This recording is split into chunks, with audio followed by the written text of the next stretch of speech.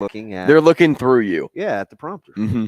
which is fine. Right. I'm just deathly afraid to be that person where people don't take me at face value Right. because it's not my own Well, words. even if they just had some cards, like with the SB logo on the back, and they could flip through the cards, look down, look Yeah. up, like reference some bullet points, Yeah. I think that would be a little stronger. And God bless Matt Foster.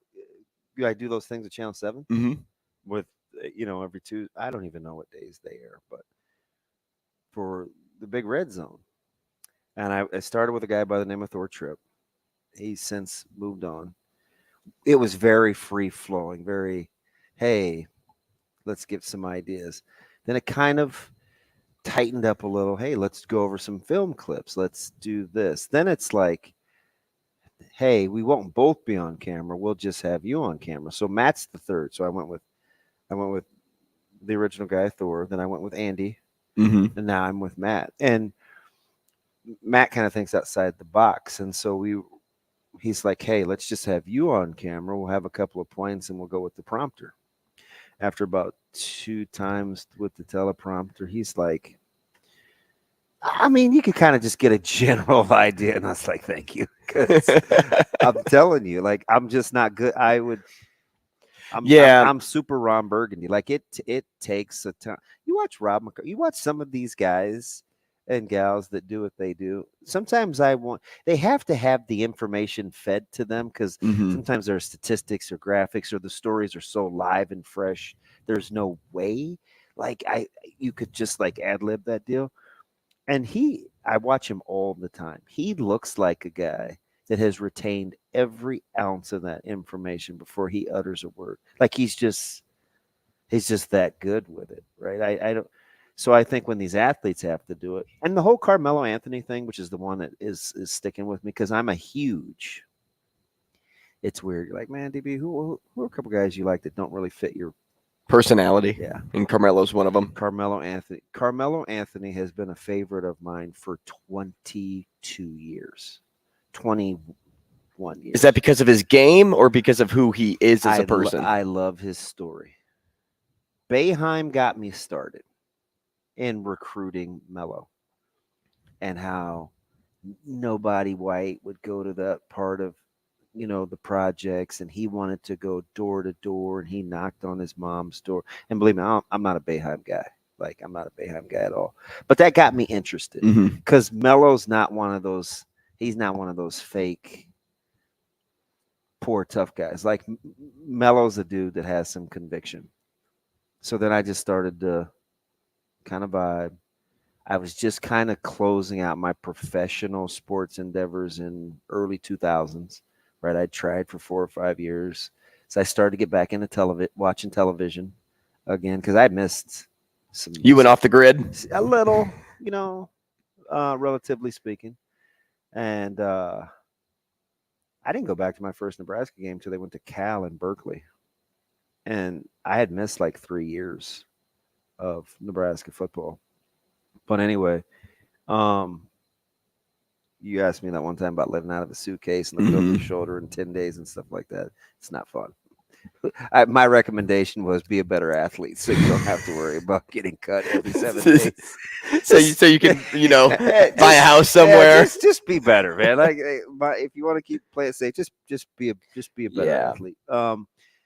And I fell in love with his story.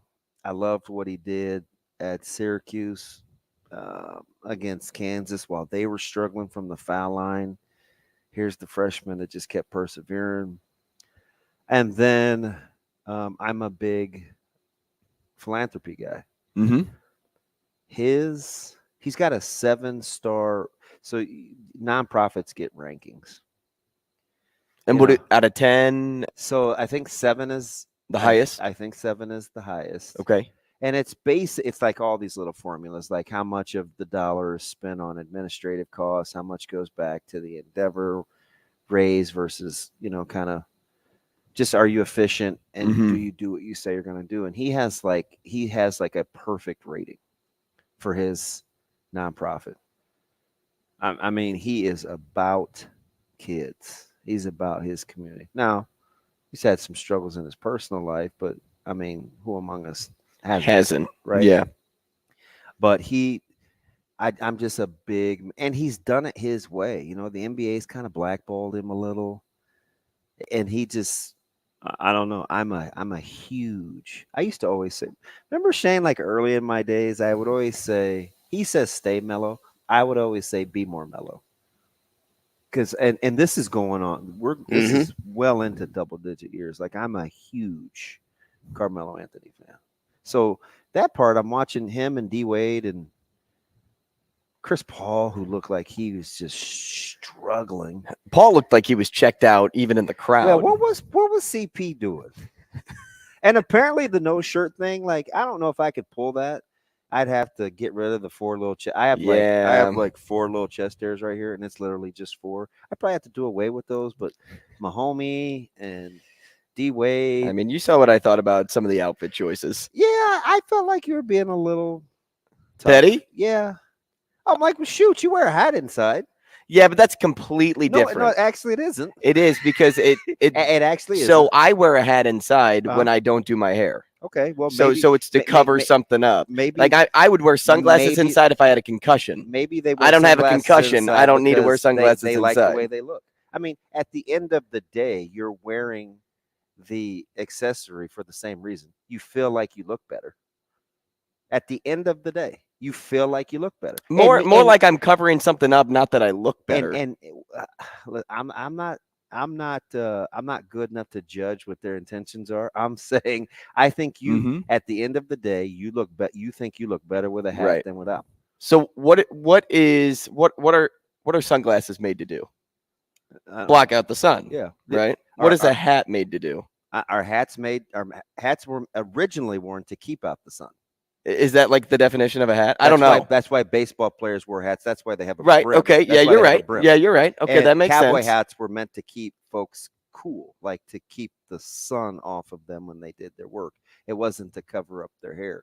And maybe it's just because you don't see people wear sunglasses inside. Yeah, and you're talking to a guy that spent 3 years wearing sunglasses inside. Oh, I found that out. So, but I just felt like I mean, people wear things to be comfortable. That's for them all the time. I think all the time. In the general population, yes. But when we're looking at an award show, people wear things to stand out. Whose rules are those? Don't you want to look nice at an award show? I always want to look wear that nice to an award show. No, I would look clean. I'd clean up. Okay. Well, yeah, I'd wear a suit. They want to clean but see, I would wear something that is very black and white. Right, just something very even keeled. The key pronoun in that is I.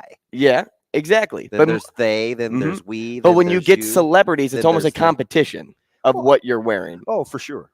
I don't. I mean, they want to look nice. That's designers get paid during that time of year. But I can find it ridiculous and funny. If you don't, absolutely. If you don't, doesn't make it right. Though. If you don't look nice, I guarantee you they're gonna rip on you. Like they're gonna. I mean, it's just gonna be some I mean, talking the other athletes are going to rip on you. I'm just not comfortable enough in my own skin to critique other people with what they wear.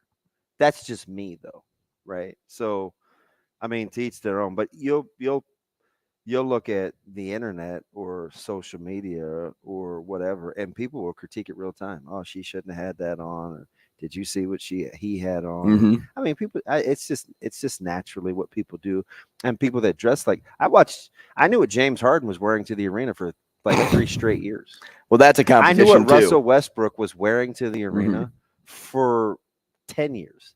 I knew what Kelsey was pulling up to Arrowhead in every time he entered the building. So I get it. Like people have a deal, but you know me, like it just fits my personality.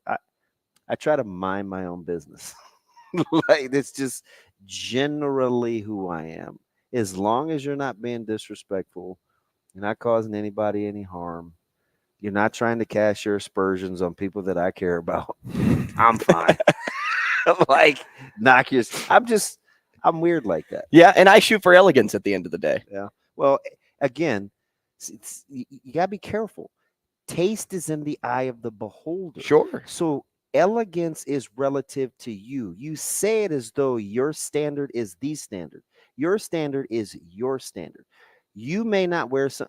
Your mom or maybe not your parents. They may look at something you're wearing and they may be like, No, I've had that plenty of times. right. So I've worn a fedora before. so- I've worn a velvet suit jacket before. So when you say I wear stuff plenty you of look times. for elegance, it's relative to your taste. At the end of the day, that's. I mean, I don't. It's there's just no real other way around that. Right, and that's fine. I don't ever feel uncomfortable sharing that opinion though. Yeah. And I don't think if you are comfortable wearing what you want to wear, you're going to have to take criticism for what you're wearing. Absolutely. So, and I did that before when I wore a velvet suit jacket. When I wore a fedora to a basketball game in college, the amount of people that looked at me sideways or made fun of me for doing that. Yeah. And you were like, "Yeah, this is." But I was styling. I could just ask you. and I'm sure. Are you listening to yourself? And I'm sure other people say the same thing. Yeah. Okay. But the critiques will come. Okay. And I think sunglasses inside is just kind of nuts. It is. Things can be over the top. I'll give you that. It just doesn't. It doesn't keep me up at night. I was more captivated that he looked exactly like Hugo Strange. I thought it was funny. I mean, when Grady Dick got drafted, when he wore the ruby red slippers and everything else ruby, Dorothy. Yeah, he was Dorothy up and down. It's no place like Kansas. And I clicked his heels 3 I'm times, telling you, right? that was like I got it. Now, Dick, for all intents and purposes, turned out to be somebody completely different than I thought. Did we talk about that yesterday? Yeah, not yes. It was right after the draft, and I was like, man, that's right. I didn't know Dick kind of had that. I didn't know he had that in him. You're like, oh yeah, and I was like, it's kind of news. Have you seen him on social media? Yeah, that's where. Yeah. So on IG, you told me. So then I kind of just perused, and I was like, oh yeah, that's not what I thought I was getting. I thought I was just getting a guy that like to sit out here. And is that why he averaged under America. double-digit points per game for the first half of the season? Because he's in the hotel rooms going like. Well, there was something that I don't dancing the night away. I don't know, man. How about your boy yesterday on social getting after Ravi and Jacob, Micah? Oh, chiming in, and then people ask him when's he's coming on. I'm like, I know. Listen, he's still mad. He's still mad over that. You're mad. And all it is, again, and I told him it's how old is he again? There's 13. Yeah, for a 13-year-old, he has a deep knowledge of what he's talking about. Dude, that's all he does. It's all. I don't even know how he gets good grades. You get into wide receivers with him sometime, and it's all just yesterday. And bless his heart, he's actually in the same room as his brother. They're laying in Micah's bed. They're watching. Listen to what I'm about to tell you. 8th grade championships in Atlanta because the team that won the division is from Nebraska United. They're in the 8th grade. They're watching this game together, and Micah is saying, yeah, he's going to go to Lincoln North Star. That's Gatwich's brother. I can't believe that they borrowed this guy. He plays on this team from this state, and this guy plays. And I'm like, I know it's summer, and you just came from inside, so I'm not mad that you're not being constructive. But what are we doing? Dad, this was my coach at the All-Star game when we were at Bellevue East, man. The guy's pretty cool, man. He knows what he's doing. Don't mind that the hat's on backwards. That's not who he is. This is real time yesterday. So, well, because he's filling in the blanks in your head, right? What you're thinking about. He knows what I'm gonna say, right? So, whatever him and Ravi were getting. So Jacob started it because Micah thinks the twins, the Thompsons, will be very, very good. He thinks Amen. He told me how to say it correctly at the dinner table. Is going to be the best player in the top 10, even better than guys like Wembanyama. That, of course, it bothered Ravi a little bit, so he and Micah arguing here a couple weeks ago. I had to walk away. They went, and Ravi's a basketball head, right? Yep. Obviously. Through and through. 15 minutes they're arguing. So we get done with the pod or whatever, and I was like, yeah, I said, he's just different. Like, he has some convictions. So Jacob came in yesterday to do NEB preps. And Jacob knows Micah. He sees him in the gym all the time, and he's like, and Jacob was kind of riding with Micah on the discussion. He's like, it's gonna be. I think they both will be pretty good. They do a lot of other things that affect games. Ravi's like, they can't shoot, right? I just have a blind spot for guys that can't shoot, but like most Creighton fans do, like if they're they're known for being efficient. There's just things that fit Creighton fans' eyes, right? And shooting is one of them. So they had a nice play yesterday. It wasn't our man. It was his brother. Mm-hmm. How do you say his name? Asar, I think. And Jacob was like, yeah, I think they're going to be okay. Yeah, that was pretty nice alley-oop. So I sent it to Micah because his point was their skill sets fit the NBA. Like they're going to be really, really good. And then that got the conversation started. I started reading the thread. So I asked Micah, I go, and it doesn't surprise me that he used Sabonis because his favorite player is Larry Bird and his next favorite player is Allen Iverson. I told you he's an old head. And I looked at him in the kitchen and I said, how'd you know how to spell Arvydas Sabonis? And he goes, Dad, come on.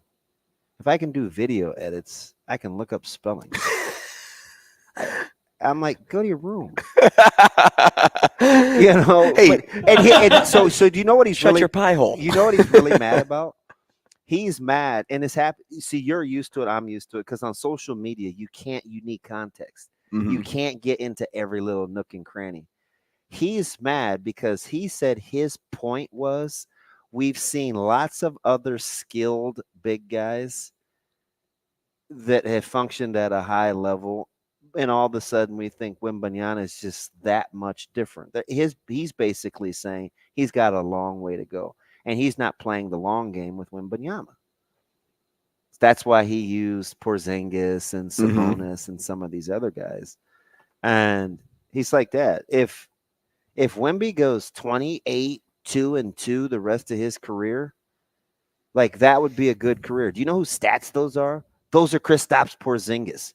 Porzingis is going for 23 a night and nobody even knows. Just because the guy has other interests doesn't mean he's not skilled. So, of course, I tweeted it to Ravi. I was like, I'm going to ride with my little guy on this one. But he's still Well, mad. more times than not, you'd ride with your man. No, he's crazy. Well, I feel like as a dad, you would stand up for him more than Ravi. If I feel like you'd educate, but you wouldn't do it on social media. Unless he was just flat out foolish, right?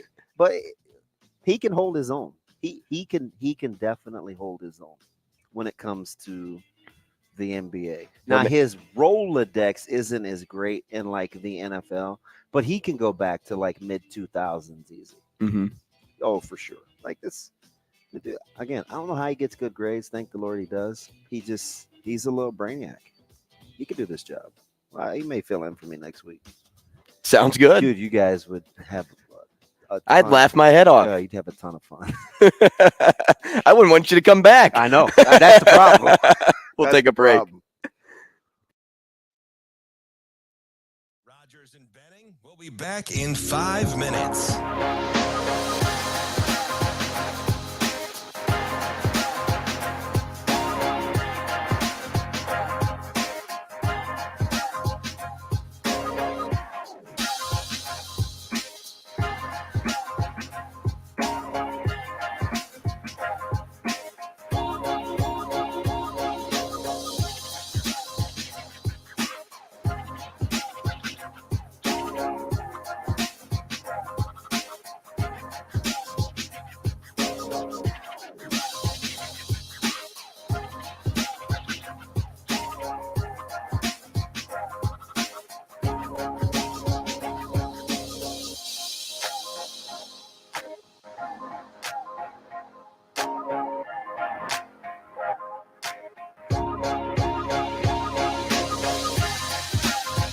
Rogers and Benning will be back in 4 minutes.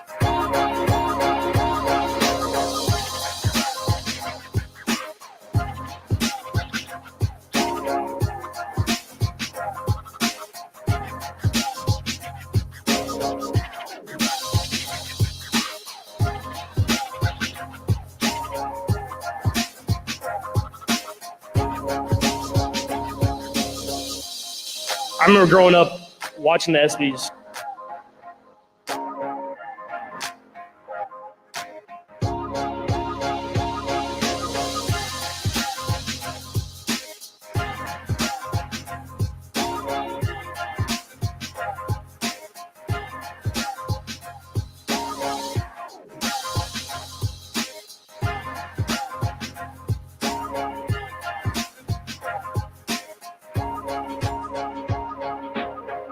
Rogers and Benning will be back in 3 minutes.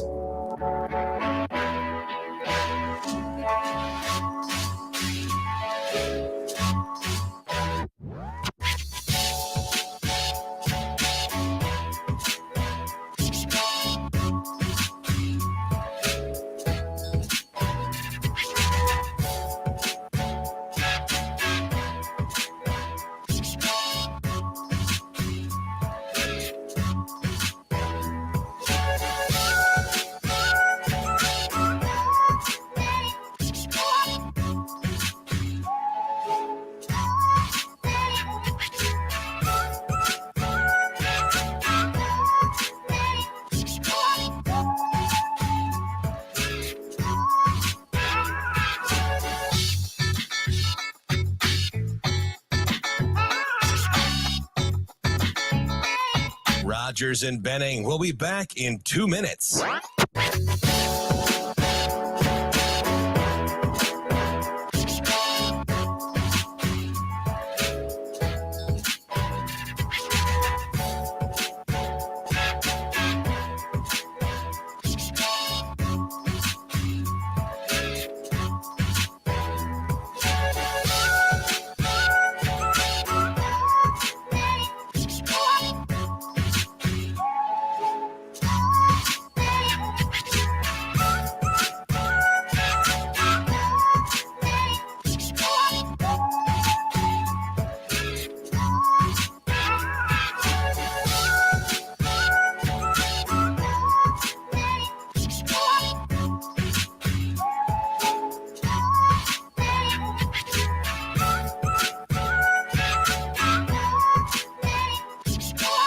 Rogers and Benning will be back in 1 minute.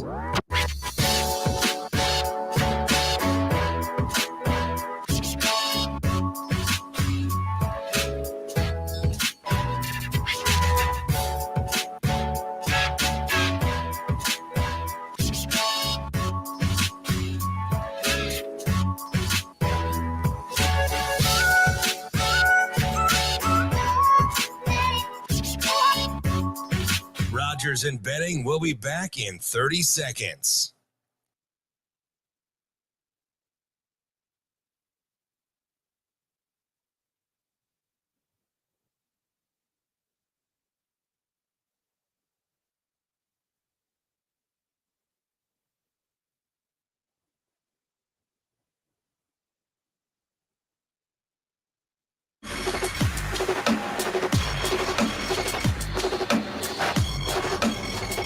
Coffee and Cream with Rogers and Benning on Hale Varsity Radio. I remember growing up watching the ESPYs and seeing a lot of great athletes win awards. And to be on this stage, winning this award is a tremendous honor.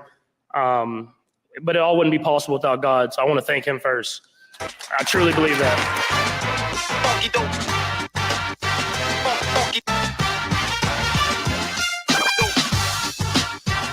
Hey, welcome back. Coffee and Cream in the morning on Hale Varsity Radio, powered by Currency. Damon, Benning, and Drew Rogers. I'll take a moment and tell you about the Omaha Storm Chasers' upcoming games, and that all starts on Friday. You know what Friday is, DB? Friday. Gotta get down on Friday. They're taking on... Everybody's working for the weekend. That's Sasha's doing. Am I good now? I'm just saying. Yeah, you're good. You don't seem like a guy that would like that song. So the fact that you know the song kind of makes me smile. I thought it was funny, like ridiculous and funny. Her and Nicholas Allen did some funny things. Yeah, Nick Ba is a funny guy. You know what's funny though, as Sasha kind of like runs the show. Hopefully she's not listening, but she went from like kind of this. She's kind of lighthearted, took a lot of chances, didn't give a what, right? She just kind of like let it rip. And she was kind of intimidating, right, Shane? Would you say intimidating back in the day? You can ask her. I'm sure she's listening. And now it's like she's this measured. I gotta ask the boss, kind of, what do you think? Like sometimes I'll just call her and say, "Hey, let's walk through this." You know what I mean? Mm-hmm. And it's like if that was 10 years ago, it would have been the other way around. She would have called you. Yeah, or we would, I'd have stopped her in the hallway, or we'd have pulled her to the side. I remember we, didn't want to lose her. Right. But Right. now, Oh, definitely. like the roles, it's like she's the mother hen, and she's way younger than me. Like just the evolution and kind of her role. And now it's like Grinded to the top. and now it's like I feel comfortable. I'm like, hey, like you got a different perspective. Like you're on the top floor with the brain trust. What do you think? Like I do that. You know what I mean? Like just her evolution has been spectacular. It's kind of weird. And you know how you could But celebrate with her? She's really. Do you get her creative side? Oh yeah. Okay, because sometimes because Oh, she yeah. has to herd cats, Mhm. it gets lost. She's more She is- measured now because of her She is role. ridiculously creative. Right. Like you know what I mean? Yeah, she just has. I mean, she's juggling so many Yeah, things. but now it's like she's got gotta keep the kids in the play pen. Yeah. And we're all trying to escape out the gate. She was like the go-to. Like if we want to think outside the box or come up with a good open, or we'd have Shane consult. It's like, Sasha could do this, and this. Like, I bet she's got a good idea. Like, she'll just she can just figure it out. Well, she's just a thinker. And now it's like, and now she can't afford to, because if she gives us an inch, we'll take a mile. She's got to be like black and white now. And she's like, Dee, I'm team gray. I live in the gray. I can't manage you clowns and be in the gray. Like, I got to be more black and white. I'm like, okay, I need black and white, man. My brain stays gray. Well, get her some tickets to the Omaha Storm Chasers game. That's how you can repay. She goes quite a bit. Although there couldn't be a place further from her where she lives. And there's no fast way to get there, as we found out. That is true. That is very true. But she makes it to work every day, and it's right down the road from work. Yeah, it's 5 minutes from my house. I can almost see the lights, which is sweet. It's spectacular. It's right by our house. Well, right? I also like that. And some people would say, no, put them downtown because, having a baseball team downtown is just a better feel than kind of out in, I don't want to call it the middle of nowhere, but it's surrounded by practically nothing in neighborhoods. So how long but have it's you been great here? for us. How long have you been here? Since September of 22. So, right? Okay. So when that thing was first built, it was like way out there. There's nothing around there.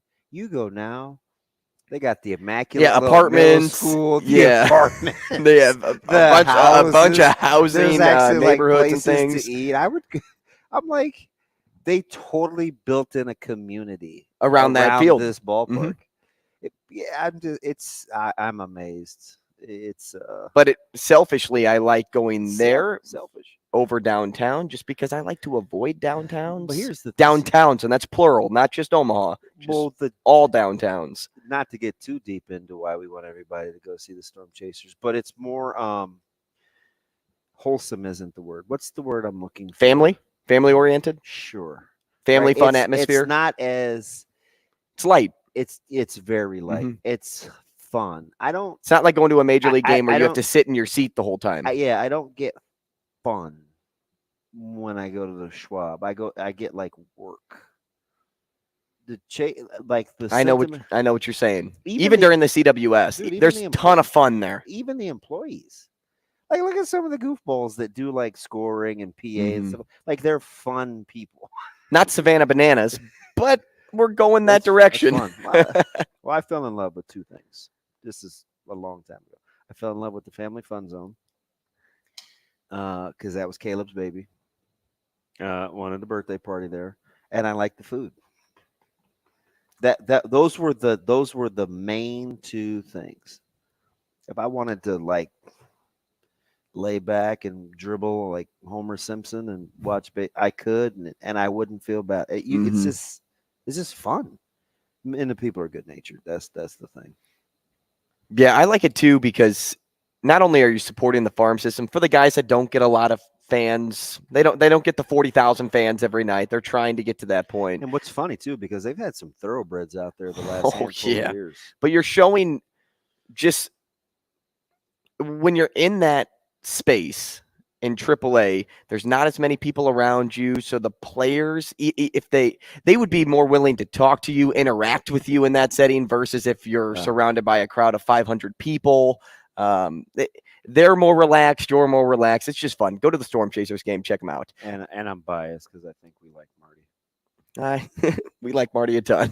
What's hard? Because Marty's good to us too. Yeah. And he's helped me in my like it's just more than just being the Chasers, dude. Let's go to the phone chain. By the way, how would you like to be able to hire new soccer coaches and just keep winning? Must be pretty nice. Well, what are we talking about? Yeah, must be pretty nice. Go Union Omaha. Just don't chew up the field. Let's go to Michigan. Prancy Pants Lance. What do you want this morning, Lance? Feeling prancy today. Hey, you used to coach Micah. I know if you heard those stories, you're like, yep, that's that dude. Man, what were you talking about with Micah besides? Oh, he's arguing with Ravi, and he's team Jacob Padilla. And I told Jacob Jacob is more his speed because Jacob likes facts. Oh yeah. He's like Langston too. That's why Langston and Micah got along. They got along. My son. Yeah. Langston's not high on Victor as well, and so I wonder if it's a generation thing, like, or it's just because our kids are pretty smart and understand. Like, I don't know. Like, do a lot of kids think Victor's gonna be nice? I think our kids are a product of their fathers, where it's like, show me. Right. Yeah. There you go. I think I think that's really what it is at the end of the day. Yeah. And Langston's not high on Brandon Miller either. Is that right? Is that me? Alabama? Me neither. So I don't think the Hornets are high on him. He's the best he's going to be as a role player. Hey, so the funny thing was, if you ask Micah, it was, well, all you had to do was swap out a healthy Nick Smith with Brandon Miller, and we wouldn't be having this conversation. I said, oh, okay. I said, who's the steal of the first round then, Micah? It's going to be Nick Smith. You watch. Okay. So now I'm watching Nick Smith. I kind of want him to be right. Right. So, I'm good for bold predictions. What was he? Man, this Victor hype is late. Hey, let me ask you something real quick before you get going. As I'm looking at Texas and OU again, do you believe in Sark? No. Hey, not at all. So Andrew and I were pulling up his records because it's trending obviously with Texas going yesterday. Do you know that they have the second best odds to win their conference of any Power 5 school except for Georgia? Texas. Really? Yes. Yeah, I'm not surprised. What? I'm not surprised, man. The hype on Sark, man. Like he how did he even fall forward? Like my man was he likes to drink. And I'm not talking about he needs to go to AA drink. He likes to party drink. And my man fell forward, the biggest fall forward ever. Hey, man, and LeBron, listen, man, my man is wearing a pearl choker. That's terrible. He knows where he got that. He knows where he got that necklace from, and it wasn't the men's department. Wow. Ooh. Lance, I appreciate the short thoughts, man. Have a great day. We'll take a break.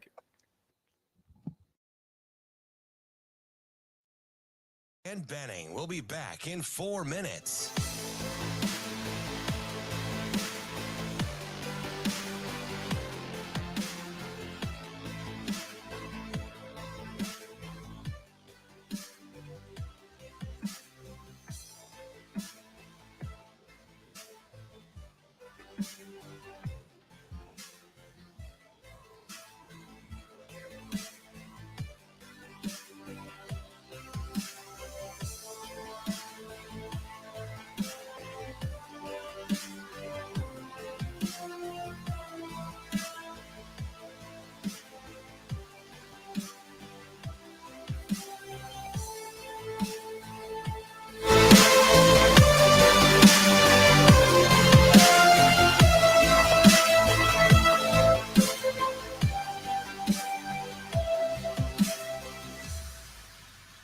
Rogers and Benning will be back in 3 minutes.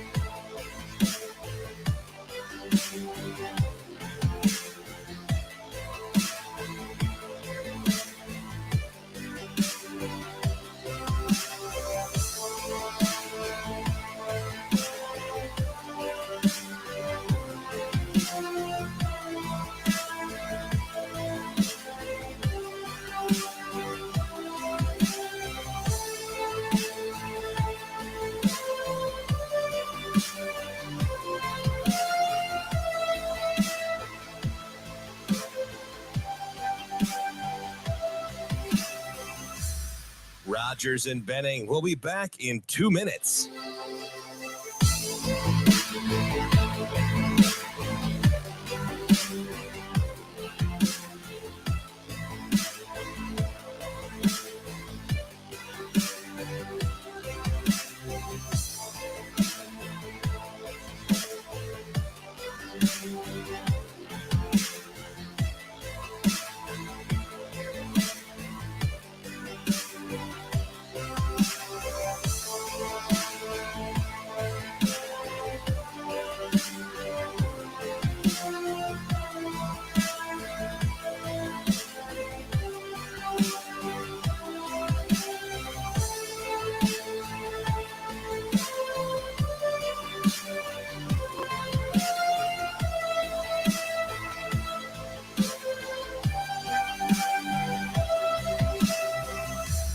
Rogers and Benning will be back in 1 minute.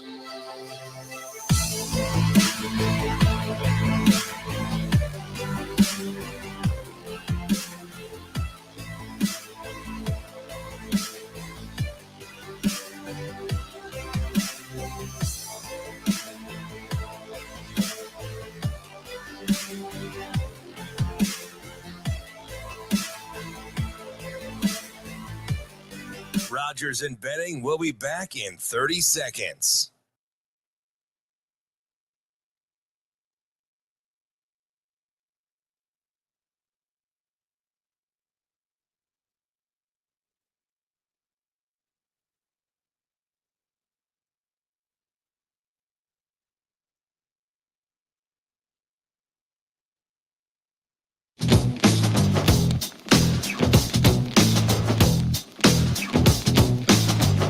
Coffee and Cream with Rogers and Benning on Hale Varsity Radio.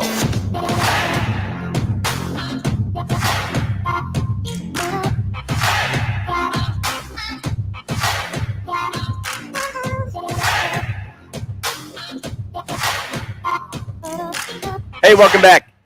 Damon, Benning, Andrew Rogers with Coffee and Cream on ESPN Radio in Omaha, live on Twitter, live on YouTube. You can catch us there. You can post a comment on YouTube. We'll see it. We'll get to them. David Erickson asked, does Vegas lose that team that they have since the A's are coming, or can they house both? You have to. The answer is no. They cannot house both. So I don't know if that's a rule. Like, I really don't know the rule behind that. I just don't think you can make it work.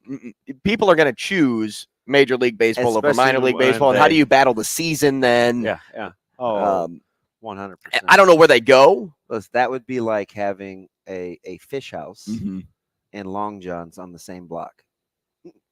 People are going to go to the fish house. I just don't think Long John's can survive. Is Long John's the AAA affiliate of the fish house? Speaking of my knucklehead son, he goes, yeah, we haven't made our yearly, you said once a year going to Long John's. It's almost August. Who's keeping track of that? You guys should just go during Lent. They have a plethora of fish there. We're going to call him. His train. So my buddy Jordan is like, that conversation sounds so like Micah. And I'm like, it is. Like, we're going to call him when we get an opening segment. But listen, in the comment section, we got a star at CFB _ professor. He's been in our comments for a little bit now. And Mr. McClintock says, and listen, they're really he and Dave, like, They do phenomenal work, especially with their partnership now. You know how we talked about like being an expert in something Yeah, just a couple of days ago? And a data head, Mhm. which is why he and I first hit it off some years ago. I remember we had him on one time. This was like his first time. Remember, Shane? And even my partner was like, "What are we doing?" I'm like, "Listen, I'm telling you, It's going to this- work. This dude is going to be a star. Like, do you not follow him? Look at his data." It's like data, and it's weird because as the more you're around me, I'm probably a blend of feel and data, but I do love numbers. CFB professor says Sark is a phenomenal play caller. Head coach though? Question mark. He's staffed well. We'll see if that'll compensate. Does that mean is Texas winning double-digit games? Sark's never done it. Mm-hmm. Never. And He's that's only Washington, won that's 9 USC, that's once. Texas. He's only won 9 once. I think that was back in 2013 at USC, not 2013, like 20. Yeah, 9-4, 16, 15 maybe. I got to go back because I used to know Sark like the back of my hand, especially when he was SC's coordinator. I can find it right here. 2014. Yeah. So it's like, listen, I'm not. As they flood the television screens. I'm not anti-Sark. I'm anti the phenomenon that all of a sudden something can be something it's never been Mm-hmm. with that kind of trend. And you're talking to the king of the guy that says, just because it always has been doesn't mean it always will be. Like, I believe in change. The data doesn't lend itself to that. But Big 12 Media Days yesterday was fascinating. There's a couple guys. I'm like, and I think Dykes went first. I'm going back and watching it in the order in which I wanted to get the information, but I think Dykes went first. Like, how is Dykes? We should ask Adam. How is Dykes not going to win at TCU? So it's hard to imagine that after 1 year they'll just let's fall just take off. let's just take a little sample size. When did you listen to any of the? Okay, so when you listen to Dykes and you listen to Sark, like let's just say you close your eyes and you just hear the words that are coming out of my mouth, and you just listen to what they're saying. Do you not believe in Dykes more than you do Sark? I've always believed that to be the case. And I don't know if that's because I never really liked how Sark carried himself. I think, and this is not, I'm not basing. Hey, so hang on. Shane, you know my favorite thing about Rue? When he goes, you're not going to want to hurt somebody's feelings. Just put it out there. And he's leaning forward too. When Yeah, he I does know. it. Like your own It's fine. I'll lean back, Shane. Let it rip. Odds. Cock that 88-mile-an-hour heater. Look, from 46.6. I don't want to overuse what we saw last year in a short snippet of Sark in the tunnel yelling at somebody, trying to coordinate, like holding people back, waiting for the time code, whatever. About that. But if that just shows me a little bit of his personality, just a little bit of how he carries himself, like this is somebody doing their job, timing you so you guys look good. Yeah. When you run out onto the field, and you're going to stand there and yell at him because he kind of like brushed up against you or held his arm out in front of you. If that tells me about your personality, he trending for like a day over that. Oh, more, maybe a week. I don't need somebody that angry. That angry outside of the football, everything, running this team, running the show with the track record that you have. Now, if you had a Kirby Smart track record in the last 3-4 years, So, then I'd say, Sark, really react however you want because you're bringing all these wins to the table. You know what's funny about Kirby Smart? And I remember we had Barrett Sallee on. This was years ago. This was year 2 of Smart. And people were wondering if it was going to work. Mm-hmm. I don't know. The overall aptitude. I don't know. Like that was the general consensus on Smart was, I don't know about this. And now it's like we put him in the top 3 because they win. Anyway, I say all that to say, Texas has all the talent in the world. right? You can get all the talent in the world They got there. Jalen Ford. They had my favorite player for a year and a half in Bijan Robinson.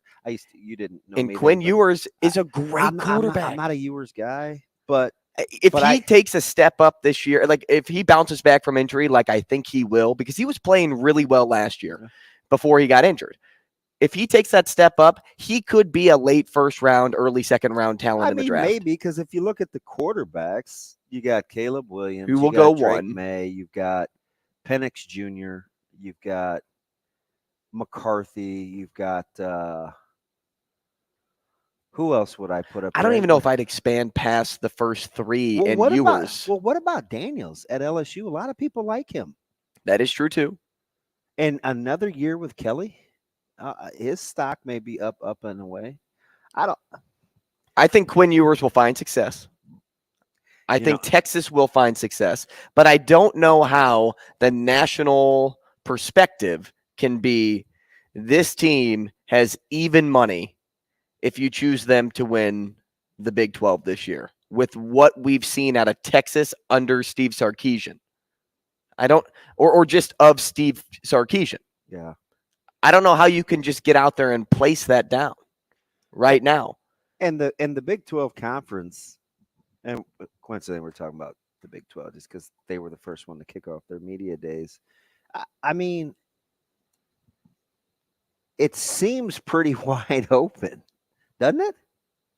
I mean, Texas is the fave, but Oklahoma's right there. I actually would put K-State ahead of Oklahoma, but and how about the subtle references? Was it Prisco? Who was talking a couple of days ago? It wasn't Clay Travis. It's somebody that does sports more. Cowherd, maybe? Was it Cowherd, Shane? Could be. Comparing Oklahoma potentially to Nebraska.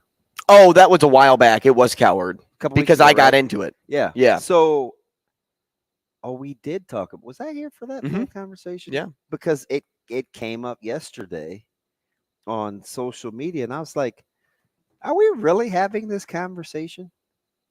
So then I was mad because I was like, you know what? If Nebraska would have just held up their end of the deal, moving to the Big Ten, they wouldn't be the Peapot whipping boys. But they kind of are now, and they've earned it. But are people really thinking that about Venables? I got to ask my man Oklahoma Tyler. I know some people are thinking that he's turning into a Steve Sarkisian, right? It's a wrong question. Like, well, they're two totally different personalities, though. Oh, you mean from a head coaching standpoint, falling up? Yes. Yeah. But the funny thing is, hey Shane, you know what we need to do while we're having this conversation? I want to talk coaches, so you need to book Adam. Call, see if we can talk. He's just going to let us know when he's available here. No. See, but I want to do it tomorrow because I'm going next week.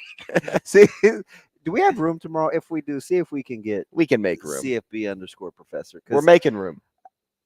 If it seems like he's trending on the way down as a head coach, as a guy that could have picked his job as a coordinator. That window sucks. The whole get while the getting's good versus, I don't know if you're ready. Because it seems like, did you like, I listened to Leipold? I don't know why I said Leopold. It's Leotard? It's a Bugs Bunny thing. The Bugs Bunny's the director, and he has the white hair on, and he's walking down the band pit, the orchestra pit. Singing do-wah diddy diddy dum diddy do. Like, Leopold. So anyway, Lance Leipold, who obviously through the recruiting He's process, locked in. He said, sounds good. We got to dang, you stay on it. Like I listened to some of these guys yesterday. They just sound more like leaders. Mm-hmm. A leader. Over other people. Yeah. Yep. So I tried, and I'm like, not everybody's a great orator. Am I being a tough critic? But I know, like so when I listen to those things, I'm a big press conference guy. Mm-hmm. I always try to listen to, okay, who would I want to be led by? You're not choosing the guy wearing orange? I just didn't get that feel. Right? I'm like, do you believe or do you not believe? And what makes this team different? You kept saying this team's different. Mm-hmm. This team's different. talented. That's what it is. That's it. They're But talented. It's their mind, Mhm. though. That's the key. We'll take a break. We'll be back. Rogers and Benning will be back in 4 minutes.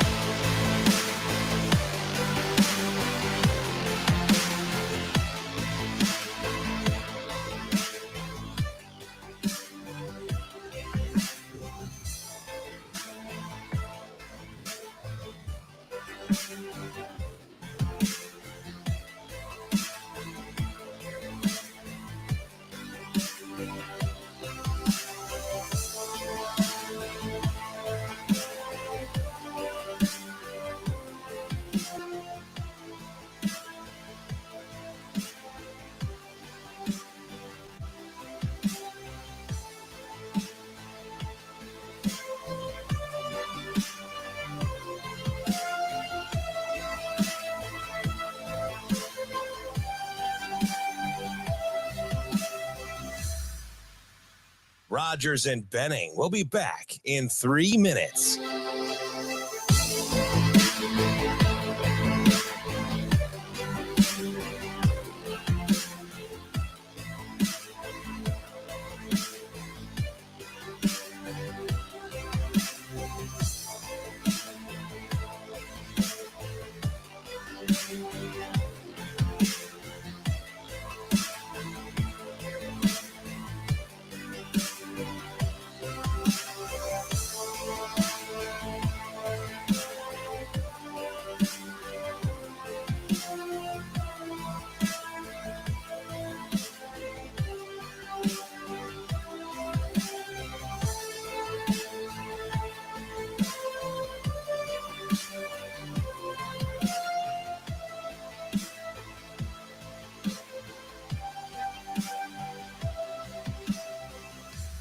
Rogers and Benning will be back in 2 minutes.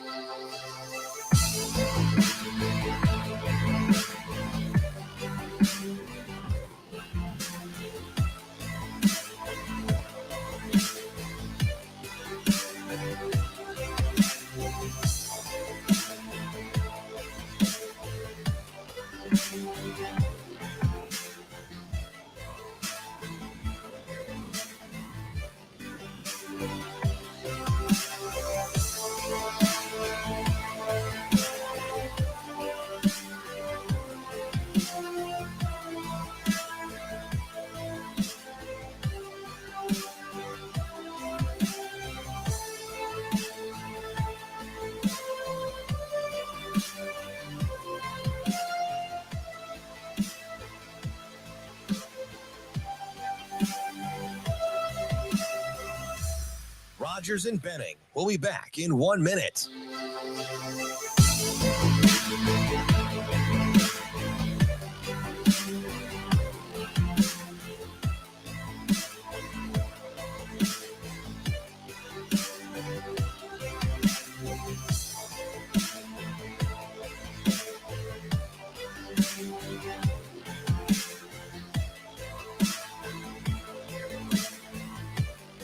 Rogers and Benning will be back in 30 seconds.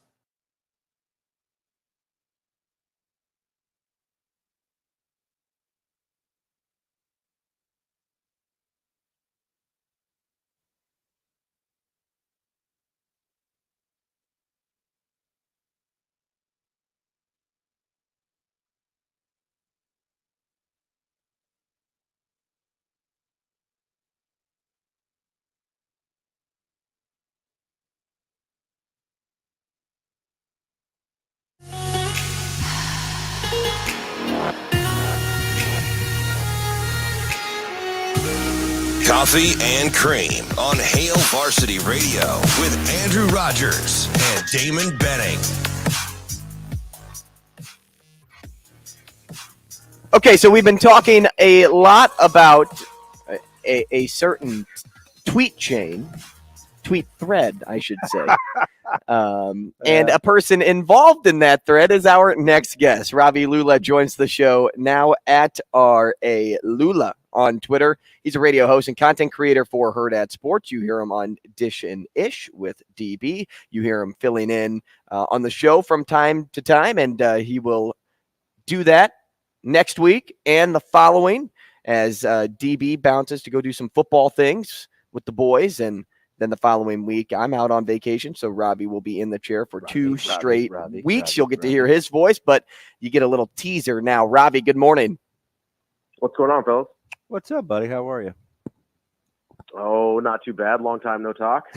Ravi, take me through the thread between you, Jacob, DB, and Micah. We got to set the stage for a couple of weeks ago where it jumped off.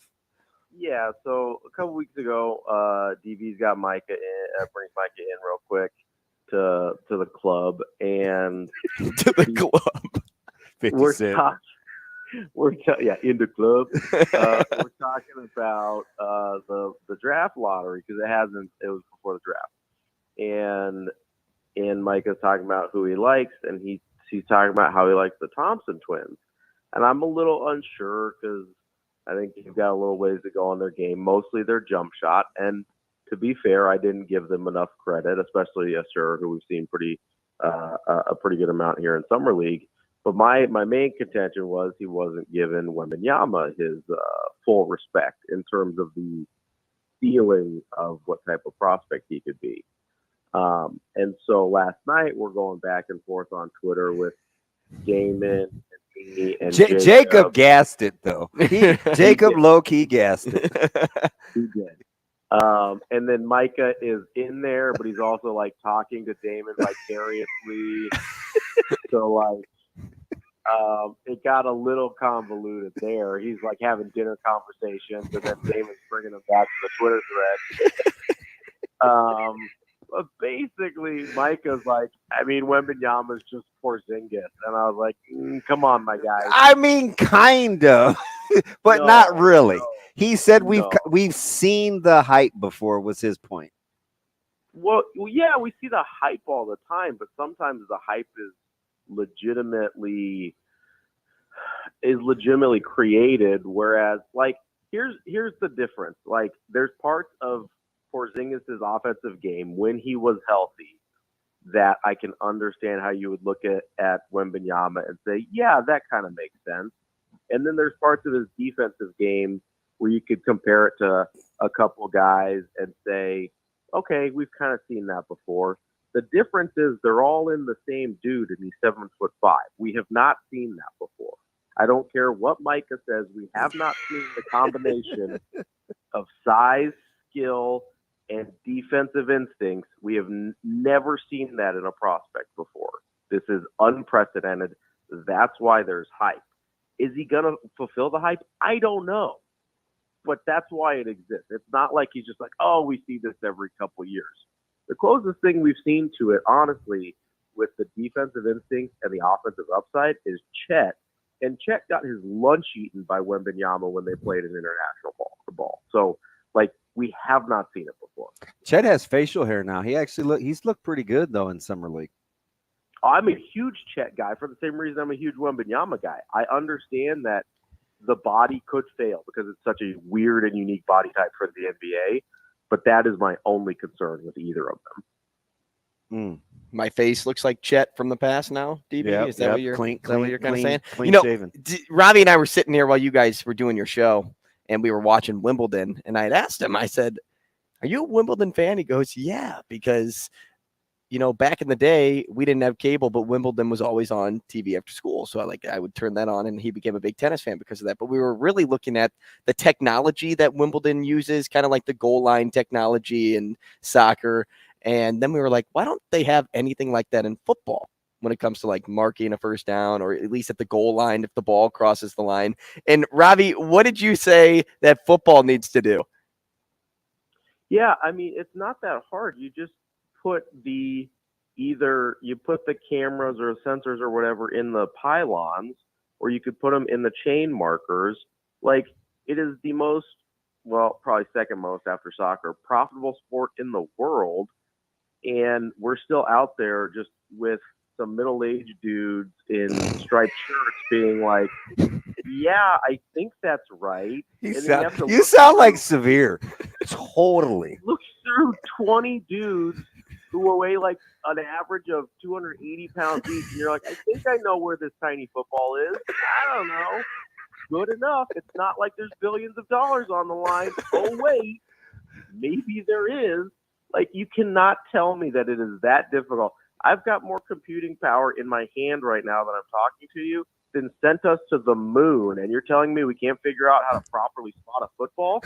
I do not buy it. He wants to put sensors in the ball too. And apparently, this is total Severe error. He gets mad. Like there's just no.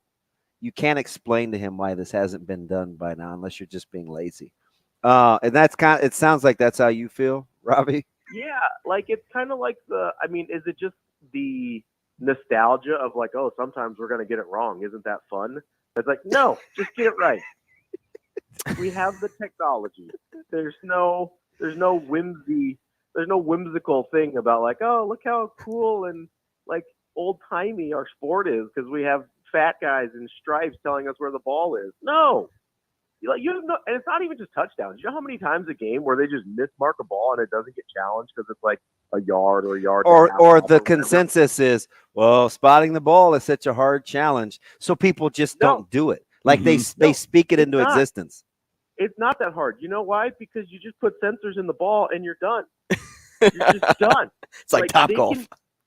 We were watching it yesterday on Wimbledon. They can tell me if a tennis ball moving at 130 miles an hour catches a 16th of an inch of a line.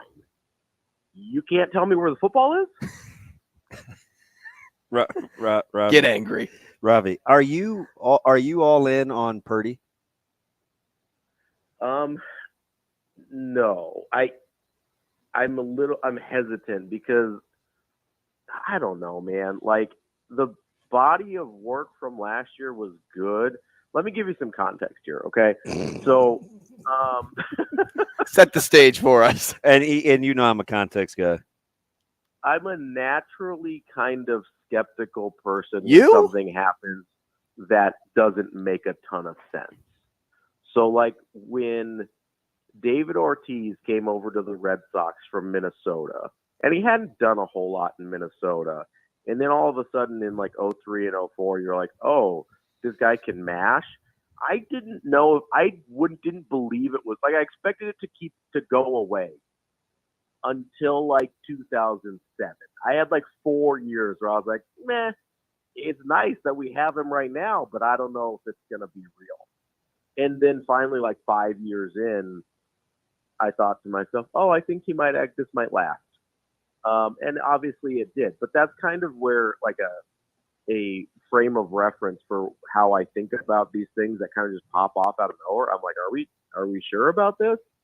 I'm all in on Kyle Shanahan being able to figure it out. Is maybe the best way I could frame this. I think Brock Purdy, from what I've read, does a lot of the things in terms of it appears that he is elite at processing time. I'm not sure he's elite at anything else. I think he's adequate arm strength, pretty good accuracy, but from everything that the way they've tested him and stuff like that, his processing time is off the charts. And so if you had to pick something that you were off the charts at, that's a pretty good one if you're an NFL quarterback, right?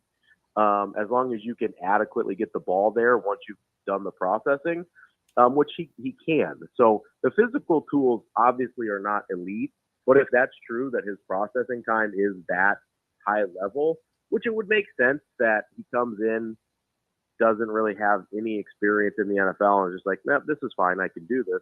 That would make sense with what they've said about how he processes the plays and everything. So, but that's hard to see in terms of physical things, and you do need kind of a larger sample size to say, yeah, this is real. And so it kind of reminds me with, like the Kurt Warner thing from back in the day where you're like, yeah, he had a really nice year. Is this real? Is this just who he's going to be for the rest of time?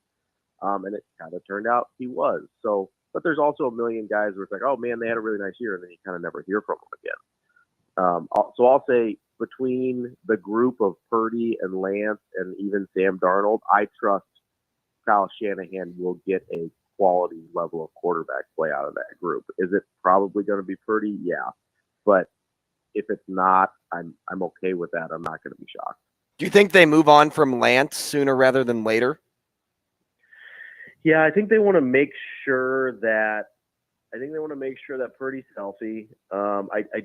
I would be a little surprised if they moved on just with their quarterback injury history under Shanahan. It's not like last year was an isolated incident. Garoppolo got hurt a bunch. This is, kind of a thing with the 49ers, and that their quarterbacks have been getting hurt pretty frequently under Shanahan. So, and you don't want to go all the way back to the RG3 thing back in Washington. It's kind of a thing. So if I were the 49ers, as long as I've got them both cheap, I'd keep them because you're probably going to need multiple quarterbacks, which is something you say a lot in college and not a lot in the NFL. With the 49ers, you're going to need multiple quarterbacks.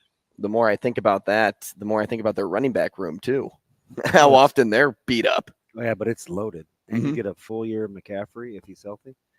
Yeah, that's kind of the most ironic thing is this guy who is perpetually injured gets over to the 49ers and he's healthy for the first time in this is his first or second year in the league, and they're like, well, that's kind of weird, but they ask a lot out of their skill position guys, but they've got so many of them. Like, I don't really worry about running back at all. Just throw Debo back there. I don't care. Hey, let me ask you something. Of the potential fours of Miller, Trout, Jason Green, as we kind of jump over to Creighton Hoops real quick. Which is good because they just stepped back on the hardwood. Media was allowed in. Practice. What do you think happens there relative to it? Will it be our best defensive option? Will it be I'm really good offensively as Coach Mack when my four is pretty stretchy historically? Like what do you think will be the end-all be-all? Yeah, I mean, I think you're going to – I think it's going to be Trout. I think it's going to be Trout. But wouldn't that be something? Right? The guy that we kind of left for dead because he didn't come to our school. Oh, he's not that good. He should have done this. Now that he's ours again, it's like, whoo, go IT. What does that sound like? Nebraska. I didn't leave him for dead because I was told in like September that he was coming back. So I was like, yeah, let's go try.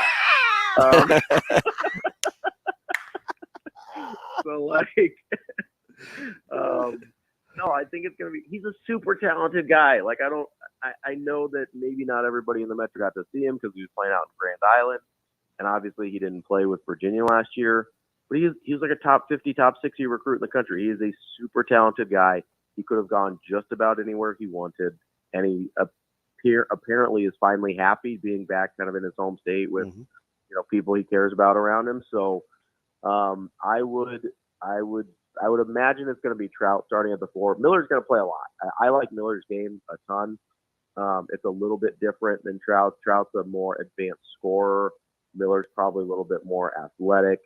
But think about these guys. I mean, we're talking about guys that are 6'9" and 6'10", respectively. They're going to have a huge front line. And it's going to be a little different defensively depending on who you go with. Trout probably not as switchable on the perimeter as Miller is. And I don't know how switchable Miller is. Depends on how his defense has come along. You can kind of see it last year. He was getting more comfortable.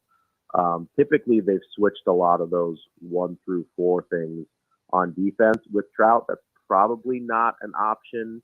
Doing a straight switch, you may have to change up your coverages on ball screens and stuff a little bit there. But I think he's good enough offensively, and they'll find something that works, whether it's like a drop coverage or a hard hedge or something like that. That I don't think it will keep him off the court on the defensive side of the ball. And I don't think people understand, like, he's not just a shooter. He's an elite scorer in Trout. So that's going to be honestly a huge difference. And this is nothing against Arthur Kaluma, but the polish on Trout's scoring game is so much more advanced than what we were seeing from Kaluma, that I think it's going to be pretty startling. Now, having said that, I bet Kaluma has a big year at K-State. Oh, probably. Yeah, absolutely. I don't. The issue with Kaluma was more fit with Creighton than it was his own completely talent. agree. I think Tang will have him. That's a good landing spot for him. Absolutely. I think he's going to have a big year, and I hope he has a big year. Like, I don't have anything against Arthur Kaluma. He was an awkward fit for what Creighton usually wants at the 4. Mm-hmm. And so a guy like Trout, a guy like Miller is a much more seamless transition into what they typically have their 4s do. They kind of had to adjust things to try and make it work for Kaluma's skill set, and it never totally clicked. Hey, how good is the coaching prowess in the Big East? Oh, it's insane. I mean, it was insane before a couple years ago. You bring in Shaka. Now you got Patino in the league as well. Obviously, Cooley moves from one Big East school to another. It is, I mean, and then you've got McDermott, who maybe is the best of the bunch without Wright there. I mean, is that crazy? I don't know. A lot of people like that guy down there in Georgetown. Yeah, he's pretty good. Maybe off long-term success? I mean, you'd have a hard time convincing me that Ed Cooley's a better basketball coach than Greg McDermott. No, but hey, I'm right there with you. Like, I didn't come around on Coach Cooley. It probably says more about me than anything. I didn't come around on Coach Cooley until like maybe 2 years ago, if that. I think he's one of those guys. I'm really interested to see what happens with him at Georgetown, because he's one of those guys that has felt like he's been overperforming in terms of kind of the talent that he has. And he probably has better talent than I give him credit for, but their style of play makes it look like they're not very talented. And so I wonder if he kind of chooses that route because of who he can get to come to who he could have gotten to come to Providence, or if that's the kind of guys that he wants to coach.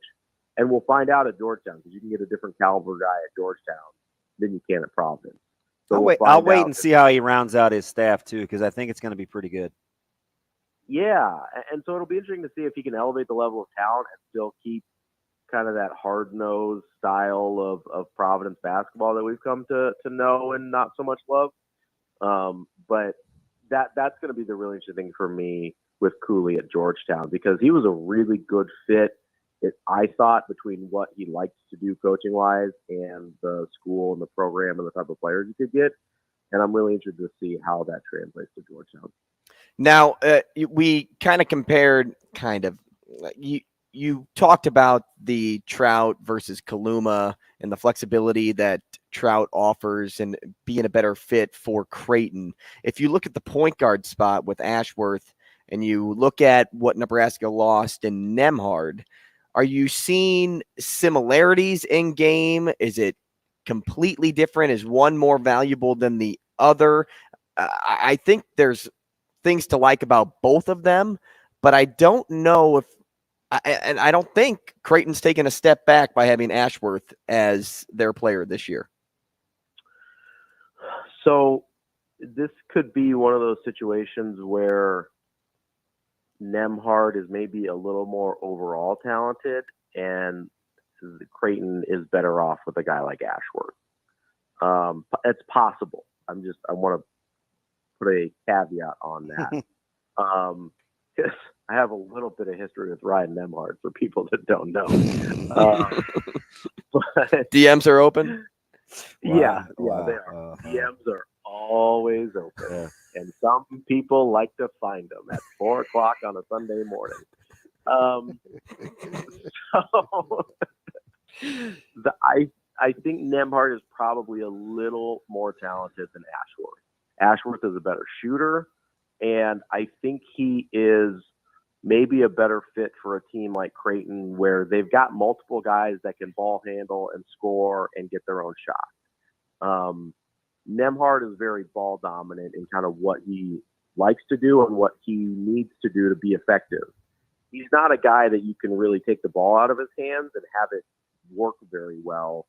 And that's hard when you've got a guy like Trey Alexander and a guy like Baylor Shireman, who are also good with the ball in their hands and could be better with the ball in their hands if they got more reps and opportunities.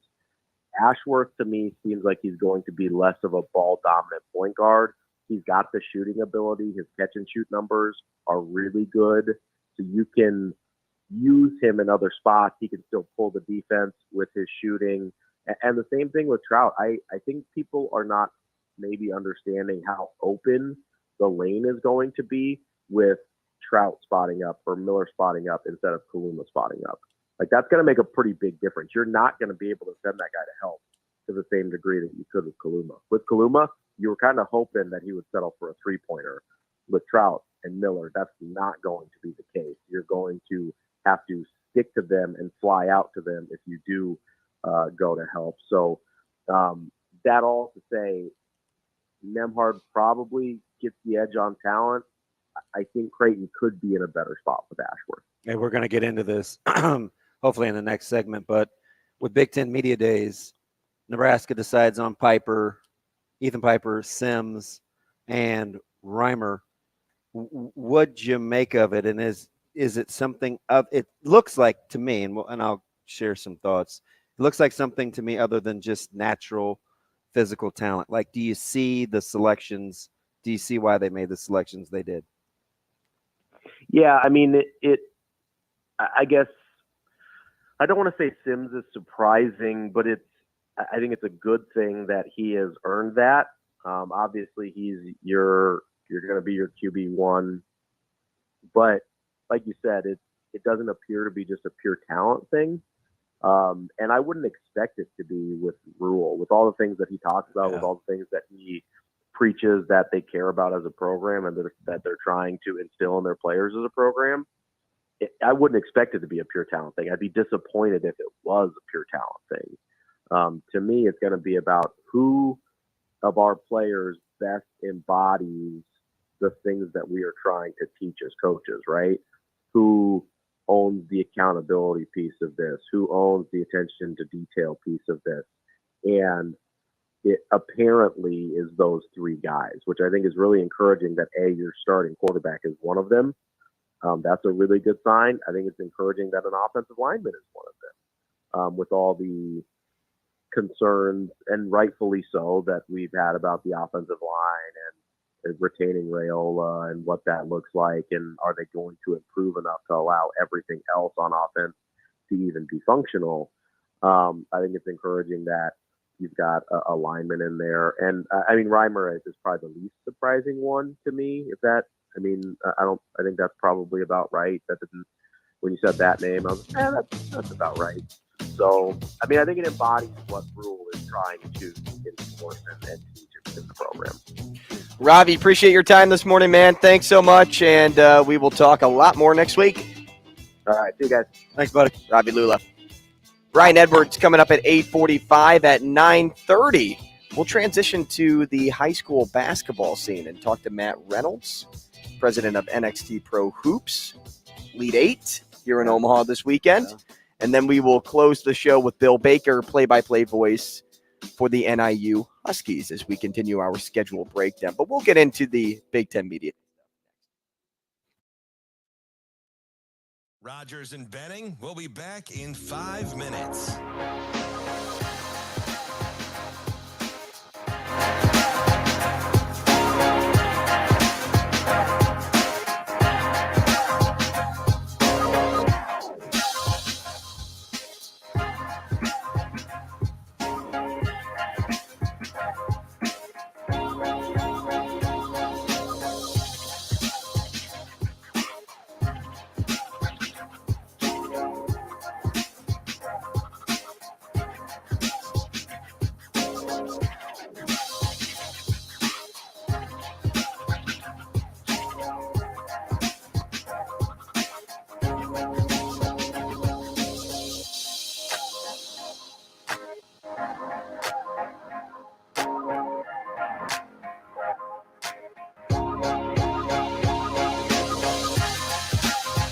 Rogers and Benning will be back in 4 minutes.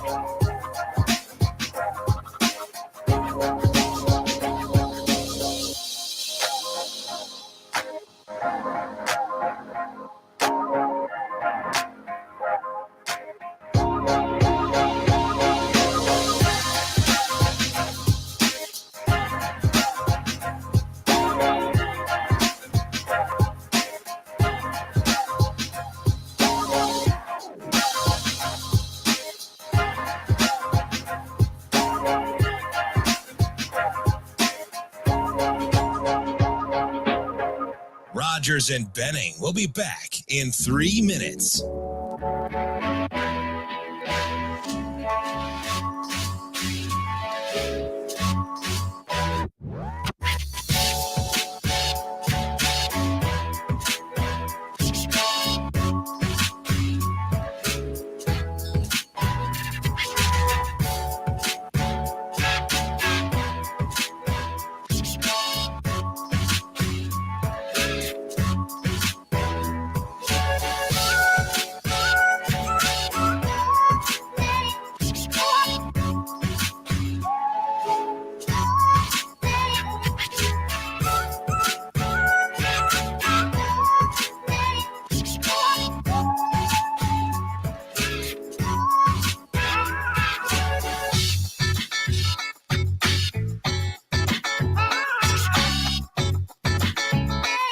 Rogers and Benning will be back in 2 minutes.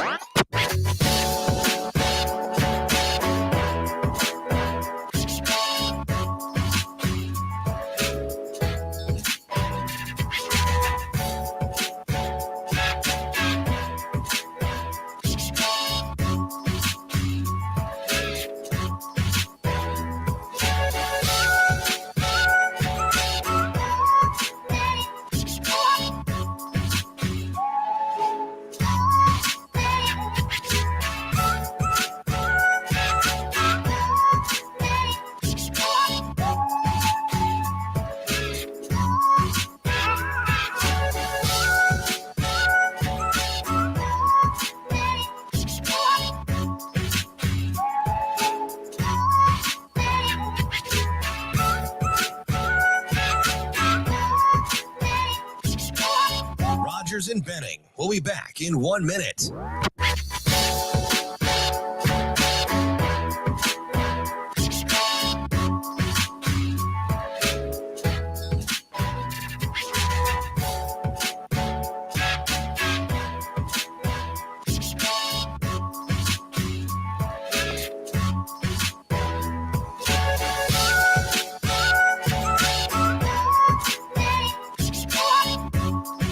Rogers and Benning will be back in 30 seconds.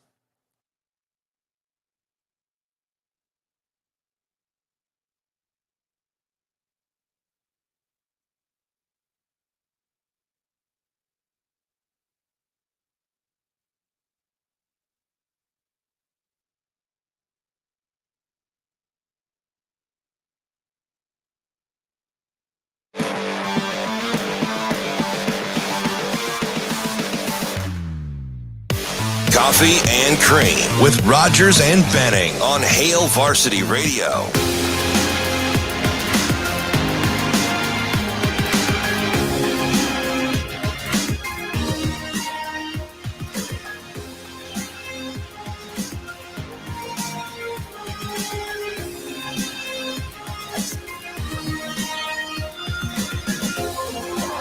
Welcome back, Coffee and Cream in the morning on Hail Varsity Radio, powered by Currency. Damon Benning and Drew Rogers. Before we get into it, let's take a moment and tell you about Dingman's Collision Center, dingmans.com, to schedule an estimate. 4 great locations.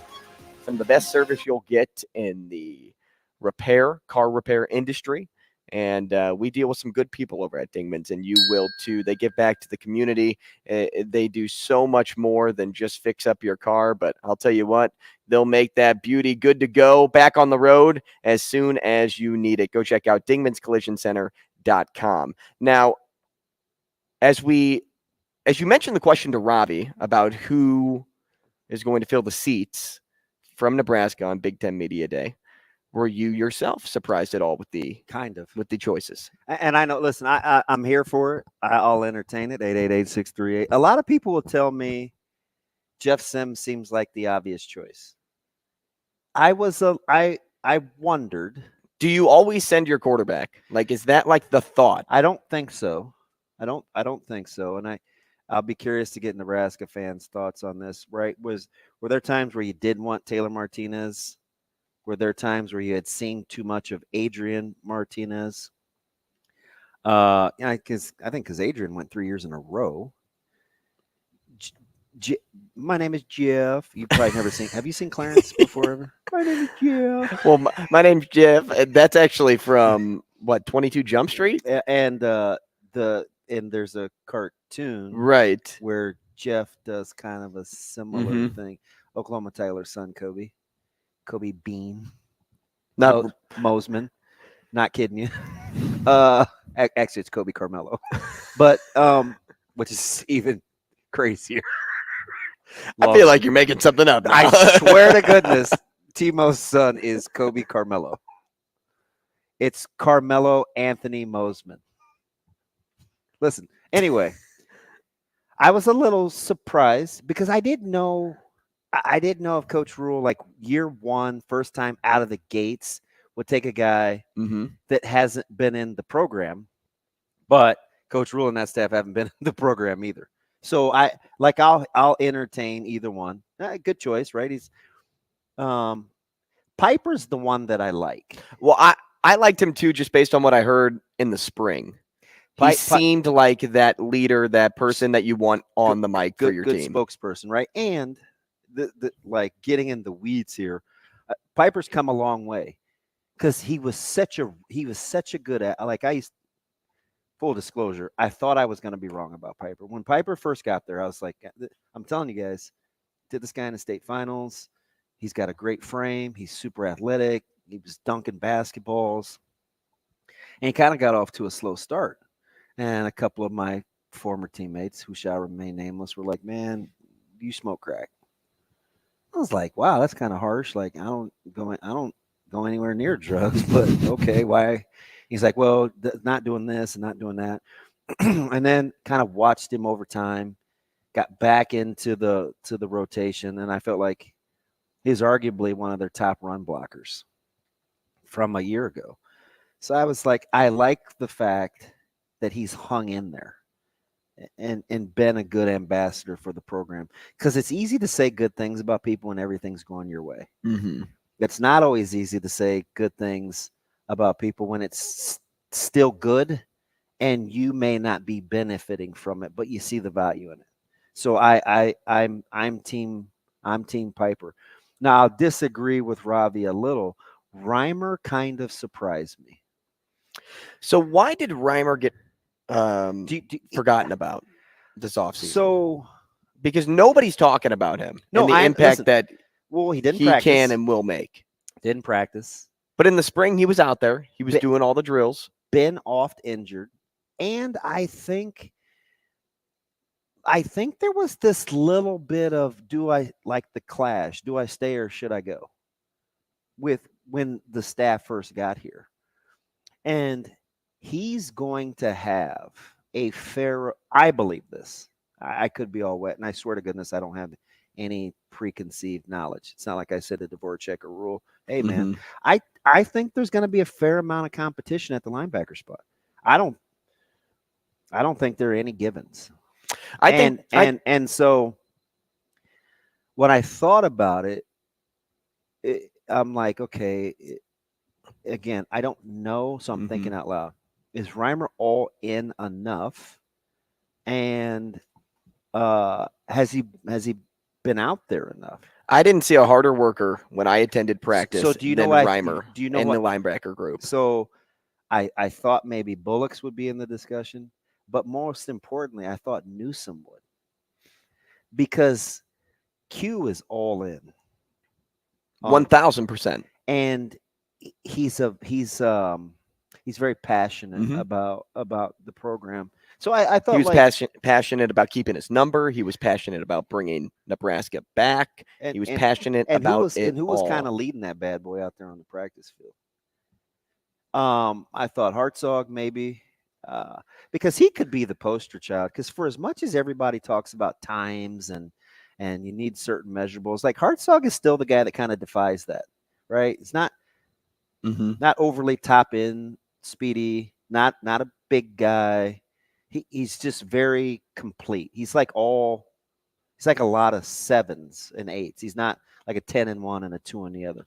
I'll be curious to see how he fits in physically, right? Will he come fit in the run game? Because that's going to be huge for his particular position. But I was a little I'm not like, ooh, head scratcher, but I was like, okay, Luke's a talented guy. I think physically, when he's right, he has Sunday talent ability. Like when he's feeling good, I think the little nuances of the game and kind of the execution of playing on the second level, there's still a lot to learn there from a football, like a savvy standpoint. But a lot of that is just because I think he's still evolving in the position. So probably sounds weird. He's been the most productive. But the most surprising for me was Reimer. The second most surprising for me was Sims. And the guy that I was like, it makes complete sense was Ethan Piper. So for me, I don't know if you can choose wrong by sending somebody to media day. Totally. Everybody's going to give you a different perspective based on their personality. And you want people that are going to reflect well on the program. 100%. But at this point, I hope everybody does, right? You're sending them to Big Ten Media Day. I hope you do, right? That's the hope. Yeah. So, and I would agree with you that I'm not shocked with Piper. I think you need somebody from the line there and a good spokesperson, as we said, just to add to it. It makes you a good, and I want leadership, a good voice to the ball. Yeah, it gives you a good voice. I'm not shocked about Sims though. Year one, people are going to want to talk to the quarterback, and I think Rule and Nebraska knows that. He'll make everybody's list and the countdowns and most industries. Right, which is why I wasn't shocked to see him on the list. Now, if we were to see him next year and possibly the year to follow, if that's how long he tends to stay at Nebraska, then okay, we can maybe get into those Taylor Martinez conversations like you were talking about. But for year one, that didn't shock me to see the guy that everybody's been writing about, that everybody's been wondering about, there to represent your program, because it's just going to draw good attention for your program at the end of the day. You asked, do you always have to have a quarterback? I don't think you always have to have a quarterback. Now, you do hope that your quarterback's a leader just because he's not representing you at media. And I think that's just like the image that every team wants to send, though. But it's like I'm just kind of going through the list. TA, I lack a little objectivity because I was a big Tommy Armstrong guy as a person. Adrian, I thought almost was like carried the burden. But I'd want him there because he was the natural choice. I felt like after year 2 and year 3, I was like, it's okay if he doesn't. Taylor, I didn't want at all. Right. Just because I just. And selfishly, I didn't think he was comfortable. Not like a Zach Taylor or somebody like that. Sure. Right. But sometimes guys just don't want just don't want to be the pressure. guy. Yeah. Yeah. I don't know if pressure's pressure to be there, pressure to sound good, just pressure to be there. Right. Well, selfishly, media people want the big names. You want the coach, you want the head coach, you want the quarterback, and you want another impact player, because those are the three that are going to get recognized when you show them to the fan base, whether it's on print, on the radio, or on TV. So that's why when it comes down to this, it wouldn't shock me if there's a little bit of politics into, hey, I want you to send these guys, at least give me the quarterback while you're here. Give me the head coach while you're here, because that's what the media wants at the end of the day. I know B. Edwards is coming up next. I want to ask you a question. Should Northwestern be at Big Ten Media Days? Interesting. Brian Edwards coming your way. Rogers and Benning will be back in 4 minutes.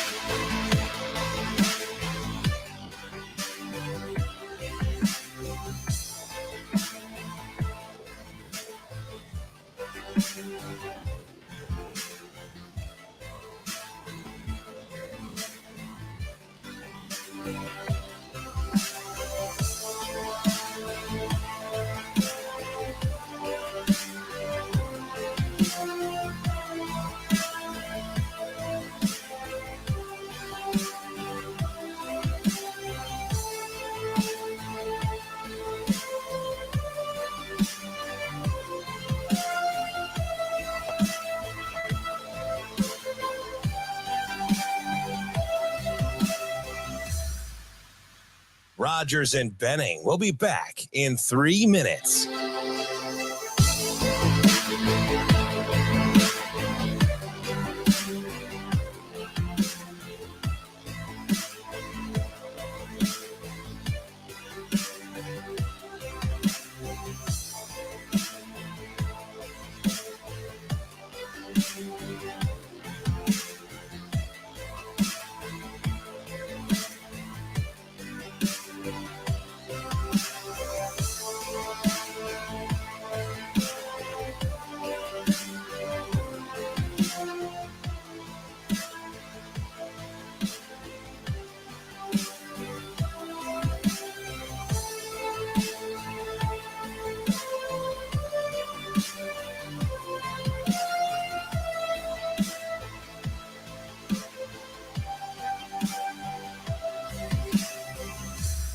Rogers and Benning will be back in 2 minutes.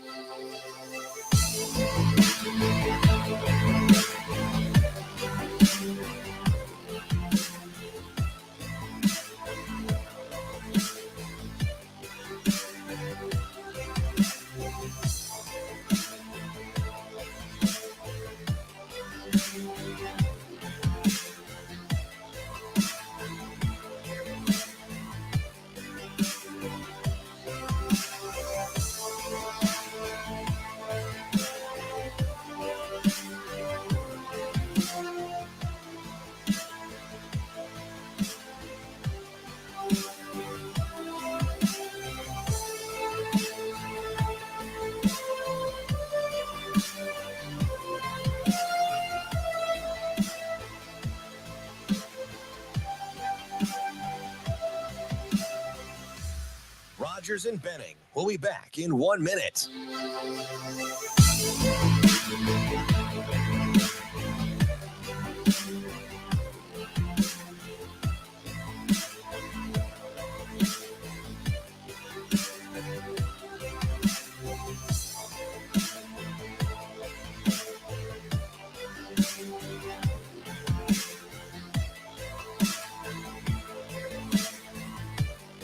Rogers and Benning will be back in 30 seconds.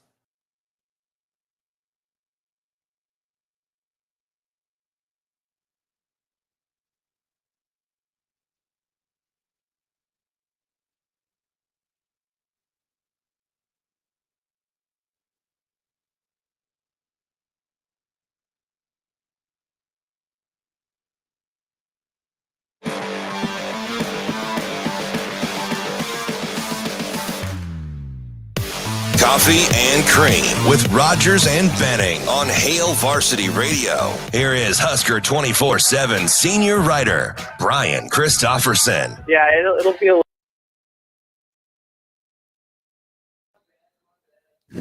What's wrong with that, dude?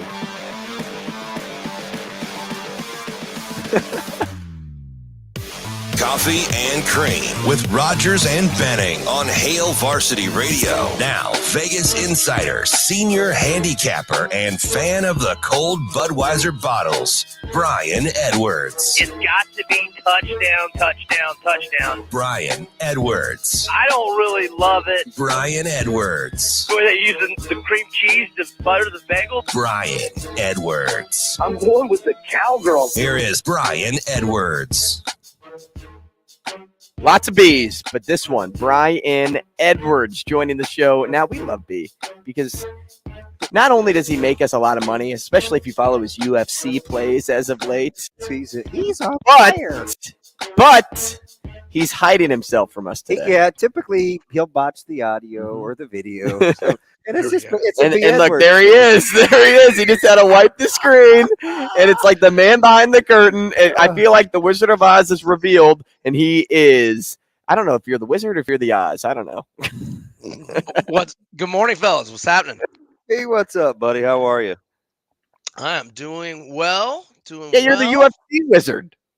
Man, I've had a good summer. I'm usually better in the summer because I have more time to look at it, because during football and basketball, it's kind of tough. I mean, I always still watch the pay-per-views and whatnot, but I don't have time to study like a 12-fight card during the, from September to March.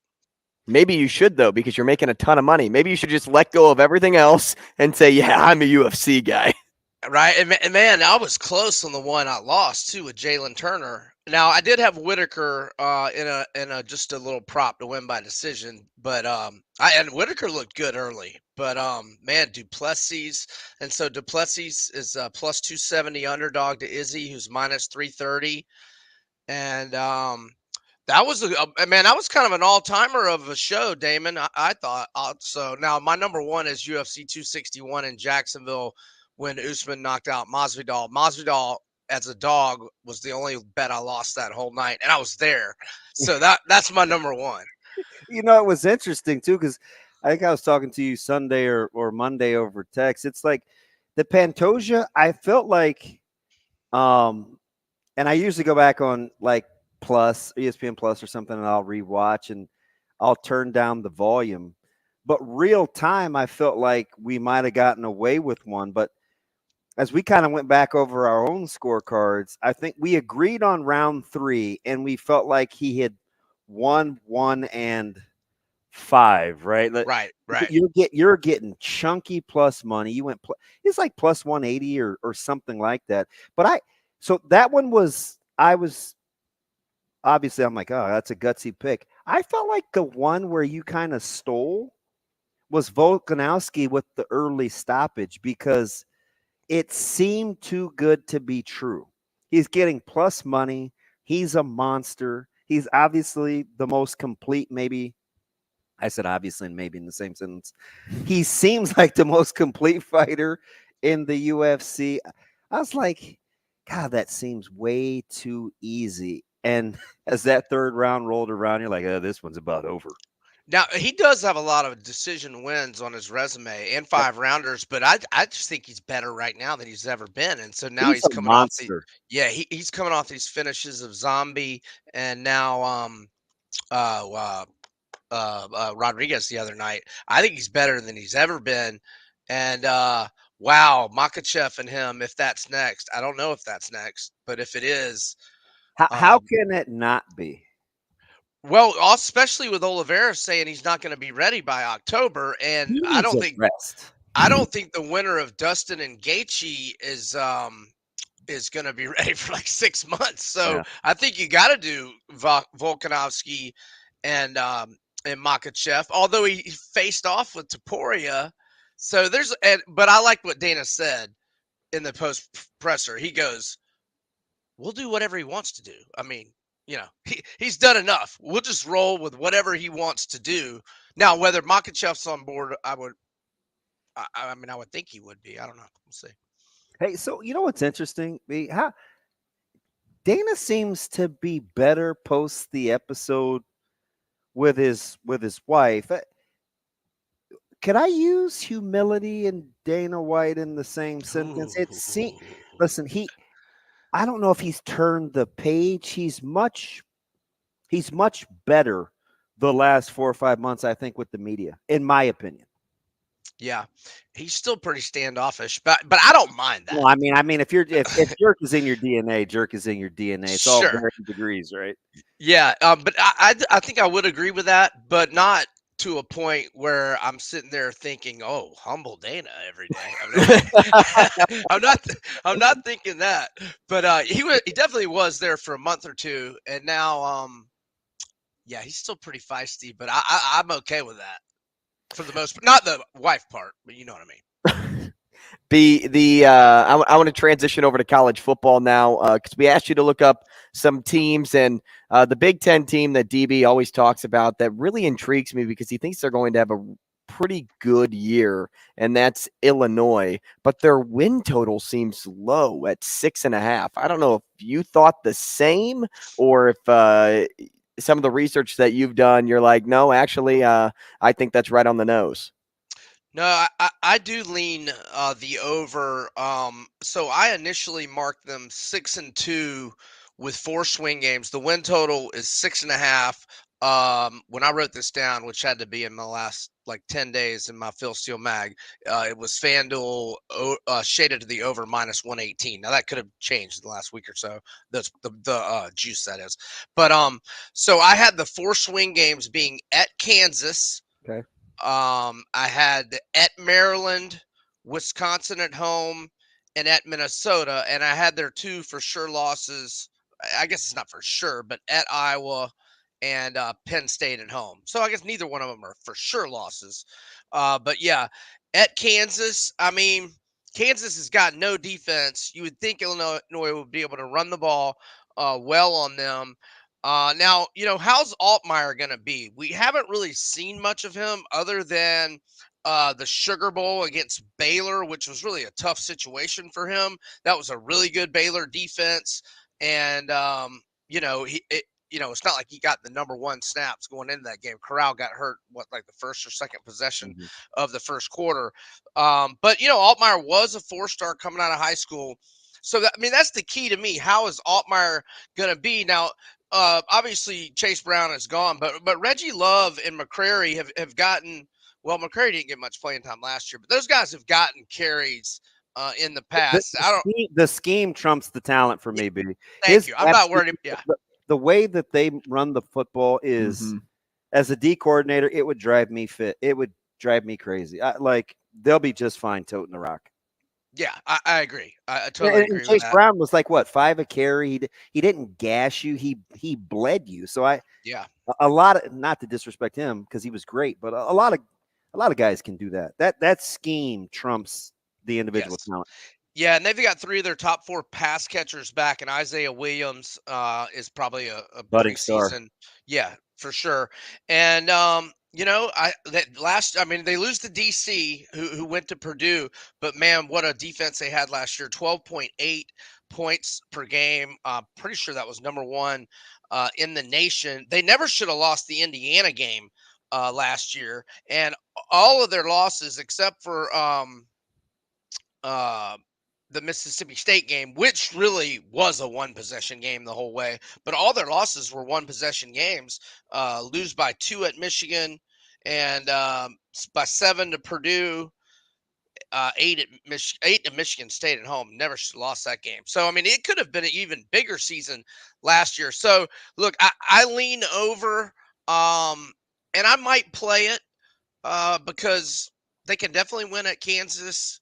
But I do think Wisconsin wins the West. But Illinois, unless Iowa's offense just shows a pulse this year, then I think Illinois, it's probably between them, Iowa, and Minnesota for number 2 in the West. I think Iowa's defense is going to be elite, but who knows on their offense? Yeah. But their offense, who knows? All right, let's hop over to the Big 12 because fresh off of media days, I'm listening to all these coaches. I like Texas Tech. Some like Okie State. Texas has the greatest odds in the Power 5 conference to win outside of Georgia, which I think is crazy. But what do you think about the Red Raiders? So, I love what Joey McGuire did last year, and it wasn't like, now they did go 4-0 in 1-possession games. So sometimes when you see that, you think there's going to be some regression. But let me also point out that they were -7 in turnover margin last year. Yes. So that's not good, and yet they were still good. And, they had not won 8 games since 2013, and that was year 1. And another thing I noticed doesn't apply to this year, but and also this is with Oklahoma and Texas out of the Big 12. But right now they're number 1 in the Big 12 in recruiting for 2024, and that's one of the things they said about McGuire when they hired him. He's got connections all over Texas. He'll be good for recruiting, etc. And I don't have the exact stat, but I made a note on my page in my Phil Steele mag because I was listening to a VSiN podcast. He was one of the best in the country last year, not at 4th down efficiency, but when to go for it on 4th down. In other words, not Pat Narduzzi, not punting on 4th and 2 at the enemy 36. And so, yeah, look, Tyler Shaw's played a lot of football. He's got 11 career starts, 22-9 TDI and T ratio. Can he stay healthy? They got to get better on defense, but they've got their top 5 pass catchers back. So I marked them 5-2 with 5 swing games. Their total is 7.5. I mean, these are legit swing games. I mean, Oregon at home, I have them losing at Baylor, but some of these swing games are at home where they went 6-1 last year. K-State, a swing game at home. TCU, a swing game at home, and then the other ones were Oregon, and then at Kansas. Actually, and I changed UCF from a swing game to a win. So I've actually got them 6-2 with 4 swing games. So I would slightly lean over. I'm not saying I'll play it though. Okay, B, we appreciate it, man. I need those details because when I build my 10-leg parlay for season win totals, I got a couple more for you for next week too, B. Wait, did they let you parlay win totals out there? I don't know. Oh, okay. They might. DraftKings, they might. Anything. DraftKings. Yeah. DraftKings pretty much will take anything. Yeah, I don't know. Maybe I have to go over to the Warhorse to do that because DK doesn't want to do it for me right now. So it's all right. I'll just play big money. Wow. Thanks, B. We appreciate you. Thanks, Brian. All right, fellas. Y'all have a great week. We'll do the Sports Six Pack up next. Rogers and Benning will be back in 4 minutes.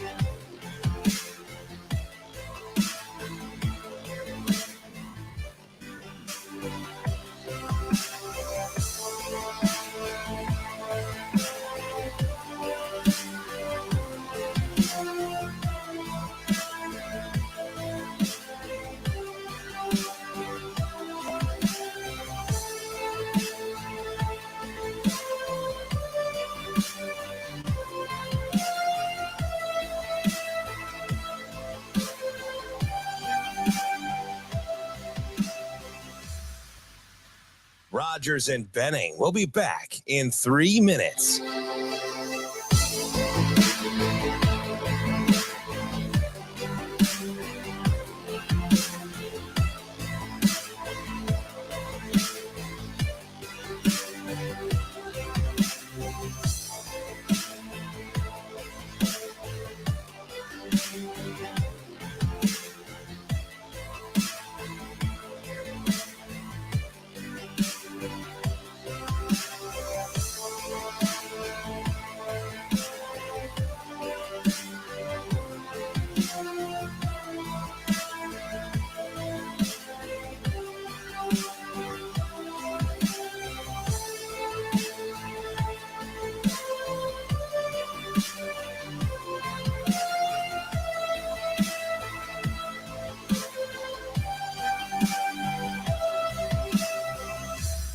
Rogers and Benning will be back in 2 minutes.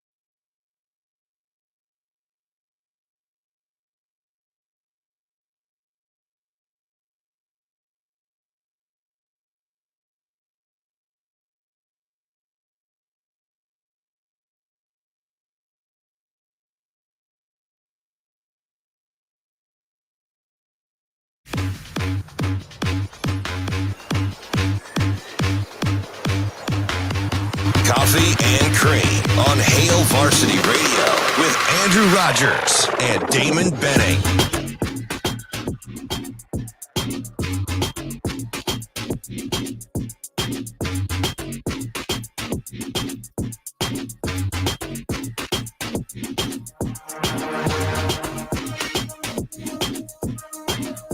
Hey, top of the hour here on Coffee and Cream in the Morning on Hail Varsity Radio, powered by Currency. DB, Andrew Rogers. You can catch us on KFOR now if you've been listening this whole time on 590 ESPN Radio here in Omaha. We appreciate having you with us. You must be on a long drive if you are, or you still have a radio next to your bedside. But I know a lot of people have their TVs streaming option, like a lot of streaming options on TV now, and they just go right to YouTube and pull us up. So we appreciate all of you who watch us as we do the show every morning. And while you work remotely, we are live on Twitter as well. You Hail are Varsity looking Radio live. and Hurrdat Sports YouTube pages, which is simulcast the word there? Simul stream? I don't know. Can I make stuff up? I do all the time. Yeah, right. It's like, what is going on? I should write all this stuff down. If you miss anything, I know where you can go for the podcast. Yeah, it's funny too because a lot of times people will say, "Hey, catching up on the podcast," and sometimes I don't even remember. Right, because we'll get going or something will happen, and I'll it's a total blackout moment. Happens to me all the time. Where you just get rolled. It's like, wait, I have to go back and listen to that. I know how I feel about that topic. What did I actually say? Because sometimes you just get rolled. Do you ever go back and actually listen? Because I do. No. I'm like, well, I want to make sure I know what I said so I don't sound like I'm contradicting what I said. Nope. I can't stand my voice. I never listen. Really? Hate it. I leave one voicemail a month. Roughly. I don't even know if I leave voicemails. I feel like if they don't answer, I shoot a text. I they call me back. The last voicemail I remember leaving was to Rizak. That's not true for me. I did leave a voicemail for your AD the other day, and he did call me back. Oh, TK? It was just easier to do that than send a big long text. He was pretending to work. I needed him to get back to me on an NSA ruling, right? We wanted to do this commercial, and we weren't sure if we could. And everybody was ready to go. And I was like, hey, man, hit me back. I got an NSA question. And I didn't want to fast forward going to Nate Newhouse and just going straight to the source. He's like, hey, man, I'm in a meeting. Give me a second. I was like, whoa, we're in the middle of July, man. Are you working already? But, yeah, I have some tests to take apparently, too, for certification. So that blows, but it's whatever. To be a coach? I feel like I have to do it every year. I'm like, can I just get locked in? I don't know if So I told you I'm going to coach baseball this fall. Yeah. I don't know if I have to do anything specific for that. Yeah. I mean, and I get it's fine. I just feel like I probably know the questions better than the test. The test makers. Yeah. and I think it bugs him because How to Be a Coach by DB. Because all right, I'll fill out my own test. It's like a ridiculous amount. I think it's 110 or something like that. And I think the school has to eat it for the class. Wow. So we were putting our heads together. We're like, hey, do you have last year's email and this, that, and the other with the tests? And so it's just fun. And so here's my favorite thing about him. And he's cool, right? He understands the rules. He's actually become a good friend. He just doesn't. He is not going to ever, I don't care how close you are with him. I don't care what kind of solid you ask for. This dude is a rule follower. So if you're thinking about trying to don't even ask. Don't even ask. You want to transfer? Not having this conversation over text. Bring your parents in, come see the school, take a look at he just does not, so I can appreciate that about him because I think he's kind of closet crazy, but at his job he's very. Is he hard to stop talking to? Not from the sense of hey, I'm going to break off, but if you're on the phone with him, is it hard to hang up? Whenever I'm at school, he's the last person I go see because he'll take the longest. So what's funny about that is I kind of got that when I called him because we were only on the phone for roughly 2 minutes, just going back and forth explaining some things. But it's almost like he didn't want to let me go. And I'm like, I'm telling. I'm like, how long are we gonna talk? The longer I do this, and I've only I only know of really one school. No, I'm not even gonna say this. 99% of the time, successful athletic schools need a super strong AD. No question. So no question. Now good leadership everywhere. So it's like I have seen some schools defy odds. And you have to be the bad guy. You have to be okay with being and the I've bad also guy. seen really, really good athletic directors whose schools may not be indicative of what I think his or her prowess is in terms of leadership too. Sometimes you just don't have it. But yeah, TK, he's a stud. He's a golfer too. Get him out on the course. It's all he does in his free time. Say less. How about the one who's the coach or teacher at? Is it at Westside? Maybe not. I could be wrong. I just saw the story on KETV about the Golden Tee coach. Oh, that's my man Greenwalsh. Where does he? Or is he a principal somewhere? So he's at South AP. Okay, but I originally met him at North, and yeah, he went over to Bryan. I want to play Golden Tee with him. I play that all the time when I go to sports bars. All bias aside, he's one of the greatest people in the profession. He always has hard jobs. He's a fantastic person. He was my guy that he didn't teach me. I basically asked, and he would tell me how to figure out wild card points and playoff standings. He could predict playoffs and he'd give me like 9 options on like a spreadsheet. Hey, it's week 7. If this and this happens, most likely, least likely.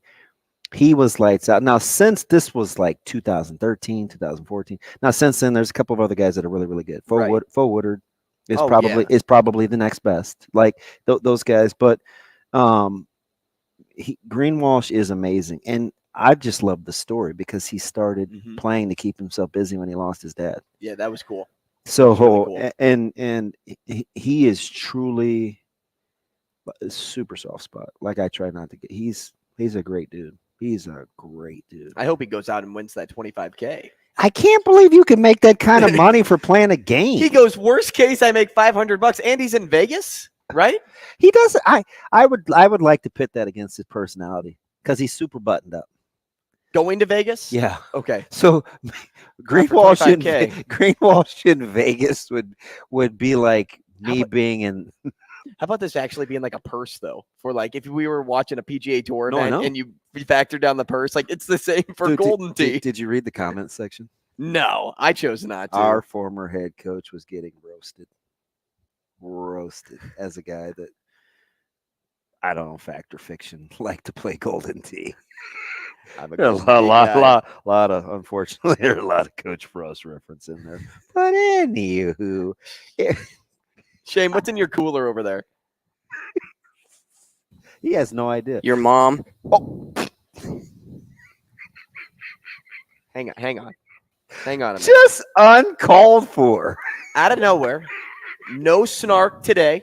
I mean, maybe a little bit with the movies, but he's. Oh yeah, but he came at me first. You guys did get into it. He came at me first. Yeah. So it took you your whole life. So now he comes No, down. that's just 28 years. I'm talking. That's not the whole life, is it? Now he's mad. Here we go. Now he goes out the your mom joke. Well, I didn't. I mean, what do you want me to say? What's in my cooler? So I like ice. What are we about to do? Play the Brian Christopherson Open or? So let me see what else could be in my. Apparently, all my buddies that are admins love Golden Tee. Golden Tee's fun. I can't see this guy playing Golden Tee. Should I be saying he was just on the real course yesterday? yesterday. You play, you'd be like, okay, now I'm kind of addicted. That's the one you spin the ball. Yeah. I don't know. So I got a 9-pack in my cooler. Here we go. I can't believe he plays Golden Tee. I can't believe he threw your mom joke out about the cooler. Especially after what I just said about her off air. Right? I was like, yeah, she's, Guava. Yeah, guava. Shane, play the goddamn game before you get killed. I'm just saying, I feel the tension between us. It's like jumping over my head. You're going to joke you? It's okay. It's okay. I'm trying to look up the. Dude, he calls my mom by name. Yeah. He's childish. It's okay. Doesn't mean I can't be mad. Yeah, we love your mom. It happens when you're under 5 foot. Time now for the Sports Six Pack on Coffee and Cream with Andrew Rogers and Damon Benning. Presented by Zipline Brewing Company, makers of Dear Old Nebraska Brew. the official beer of Nebraska alumni. Who shared that story? Was it Ellie French? Which one? The one about Golden Teeth. Oh yeah, just go back to the Twitter deal. I was trying to find it, but I'll find it for you. I didn't screenshot it or anything. I just was chuckling. I was like, Nebraska fans are a trip. All right, Jane.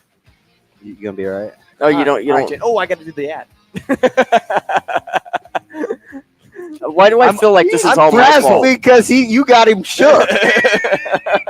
Drew Down is like, he just said 20 minutes ago how close he is to his mom. Like, were you not listening off air? No. Okay, anyway. I do need a beer after this. And maybe I'll Did go. he miss that whole 5-minute conversation we had? I think he did. I Well, don't know, you know he's he probably doesn't- walking outside, You know he doesn't listen doing to his us. path and vape, and then he comes back in, sits back down. Hey, Amazing Daniel, who you said you never think is funny, he's on you again.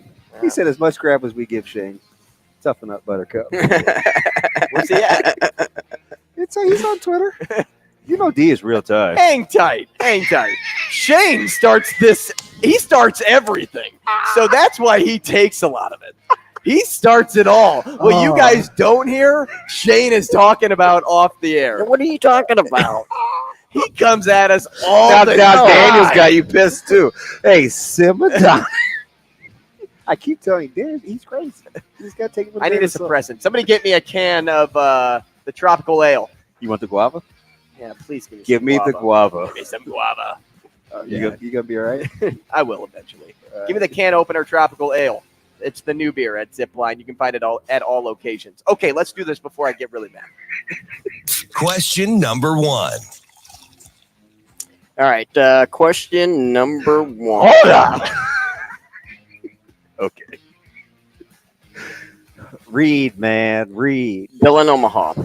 What's up, Bill?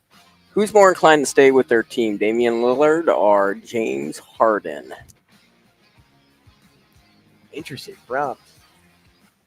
Is neither a choice? I'll go with Lillard. See, I'd go with James. And the reason for that is I think Lillard's been just checked out for so long now. With Portland, that is. That it almost feels like Foregone conclusion. yeah, like I don't know. Are divorce papers filed? Like, are they just waiting for it to get stamped? Yeah, seems that way. And with James Harden, at least he has Joel Embiid on his side. Like, hey, I want to play with you. I want you to be with me again this year. So if I could guess, I'd go with Harden. But man, there's a lot of drama there too. I'll take Lillard. Remember, I just told you Fremont Fred is crazy. Mm-hmm. He's killing Shea now. Good Lord. Somebody awoke. I told you. Bear awoke. Listen, go out and play golf with Fred. They have a couple of zip lines. You may not make it to work the next day. He's I nuts. have to do that on a Saturday. I don't know. Maybe too popular. Shay, question number 2. Let's pretend like you can read. I can't read. I can't read. I can't read. Question number 2. Huskers game day. This prompt on Twitter earlier this week. What college football teams do you not go out of your way to root for, but have a soft spot for? Teams you don't mind winning on Saturday. I want to change that prompt. Turn it to baseball. What MLB team do you not go out of your way to root for, but have a soft spot for? Baseball's easy. I'd say the Orioles. I don't go out of my way. I don't go out of my way to root for them, but I want them to do well. Any best interest for them? College football. Notice how you said American League, though. Like, that's where I would go, too. Yeah, get out of your get own, out of yeah. my own league. Yeah. Because I'd go with the A's. I like seeing the A's do well. When they had Chapman and Olsen, like, it was really fun watching them make that playoff push. But who knows what's going to happen with that A organization. college football team I don't openly root for, but I don't mind seeing doing well. Because this question's good for you, too, because USC doesn't count. So there's a handful. Like I would say, like if I have a 5, None of them are my favorite except for Nebraska. USC would be 1A. Mm-hmm. Everybody else I just kind of like. So that would be Nebraska, SC, Georgia, North Carolina. And that's probably it. Maybe Miami. Right. Florida State for me. So who would I not go out of my way for? So it can't be one of those teams. Like, I couldn't say Florida State because I used to love them in high school. I'll give you one that I hope does well. I think I have one too. Probably Iowa State. I chose a Big 12 team as well. Probably, but I Iowa love State. Matt Campbell. I'm Team Campbell too. So that's a really good one. You're gonna say K-State. That's who I would have said. Yeah, but I would say Iowa State too, just because of Matt Campbell. I know Deckers personally, so I like him and I root for him. So I like seeing them do well, but I wouldn't say like, oh, on Saturday I have to turn on the Iowa State I game. will say this: in watching him throw, at no point when he releases a football do I ever think it's going to be complete. He throws a 96-mile-an-hour two-seamer with a run. He was a pitcher. Constantly. Yeah. Everything is hot and hard. I'm like, Semadonna. I hope he found his touch this year. Yeah, I'd like to see. I'd like to see Iowa State. I would probably say Iowa State. Question number 3. Huskers recruiting in the month of June alone puts them ahead of all Big Ten West teams for the class of 2024. Yep. Right on the tail, though, is Purdue. What do you make of how they've compiled their recruiting roster in Walter's first year? Did anyone ever expect it to look this good? I'd say no. I would say the expectation was no. And I'm kind of I'm hesitant to say that they're as good as they are because I want to see, like right now it's about it's about the volume, and that adds to the grand total. total. So I'll wait and see. But I mean, because that was the thing with Alabama for a while. They were at 25, and well, it's just because they didn't have as many recruits. But he's right though. I didn't see the run coming. But I do, especially locally though. I do know. I can admire the way they went about handling their business. They weren't going to get played. They weren't going to get strung along. And I'll tell you what, last year's success played into where they are today in recruiting. I did not see Nebraska's June coming. But this is a big but because I'm going to try and trust national media here, like those that come out with a bunch of preseason articles and things. Everybody has Ryan Walters at the bottom. I mean, they're supposed to be the worst team in the Big Ten this year. So is 24 as great as people are talking it up to be with this season's expectations? That's what I'm in wait and see. He has some charisma. And I think they'll be better than the last team. That's just I don't me. know, man. That Purdue the last 2 years, they're pretty good. And who's their quarterback again? No, it's a guy I liked for a long time in Hudson Card. Maybe the best pickup. Iowa will have something to say about that.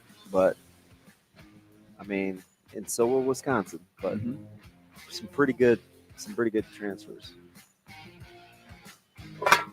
Question number 4. You have to bring one friend to play a round of 18. Okay. Now they can't know the details, but if he shoots over 100, you get $5 million. Who are you bringing? Troy Dumas. My soon-to-be brother-in-law. Troy Dumas. Fun. We get along exceptionally well. We think a lot alike. But he's shooting over 100, and he's not gonna be annoying while he's doing it.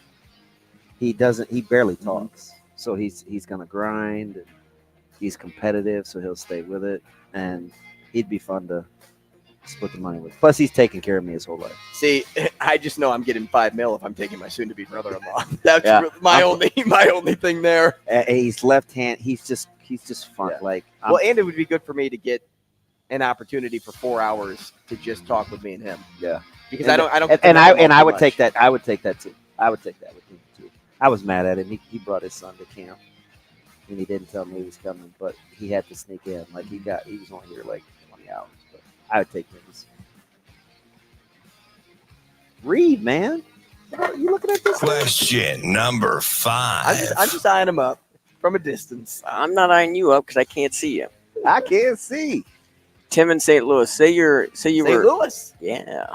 Say you were playing a video game and you were building a Jeff Sims, my player, but he could only possess 3 out of these 7 traits: accuracy, anticipation, footwork, pocket presence, athleticism, decision making, or mental toughness. Which would you choose as non-negotiable traits that make him successful for this year's Nebraska team? So there's accuracy, Mental toughness, Anticipation. accuracy, and footwork, pocket presence, athleticism. Decision making would Yep. be one for me. give me decision making, mental toughness, and accuracy. Decision making, accuracy, and mental toughness is a good one. But if I Dude, he's change got it to up deal a with little bit, He's got to deal with Satterfield. right? If I'm going to try to change it up a little bit, though, I'll go with anticipation, like how he performs under Yeah. pressure. Can he anticipate a throw? Get it out of his hands on that little skinny. Kind of falls into the same realm as accuracy, but if you combine those two, that would be a deadly combo. Yeah. And then if you throw in decision making, I mean, maybe decision making plays into mental toughness a little bit, so I get that. I like those 3. I'll stay there.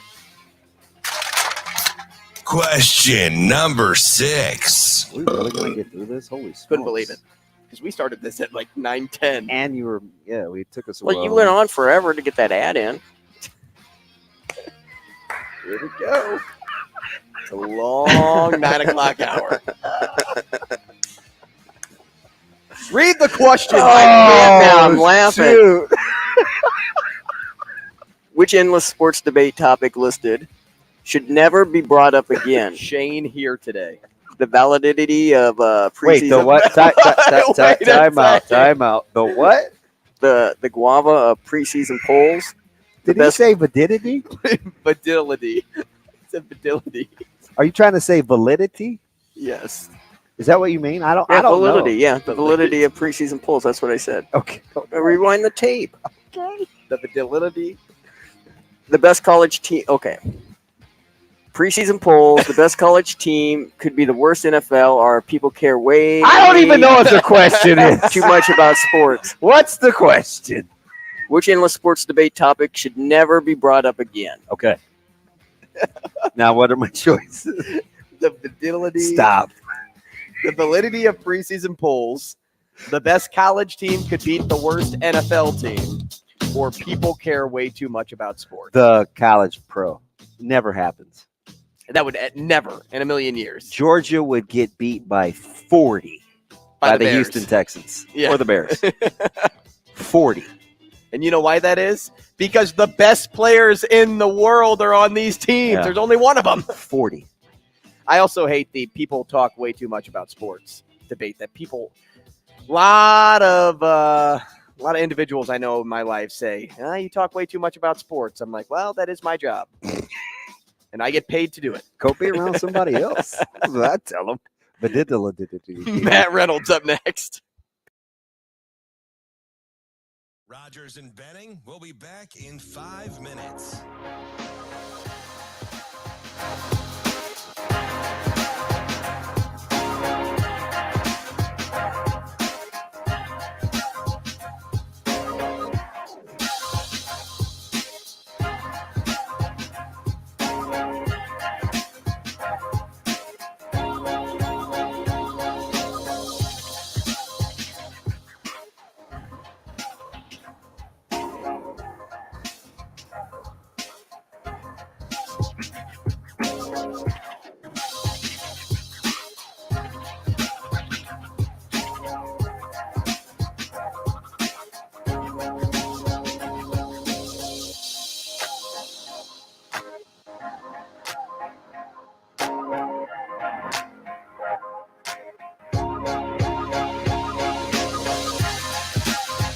Rogers and Benning will be back in 4 minutes.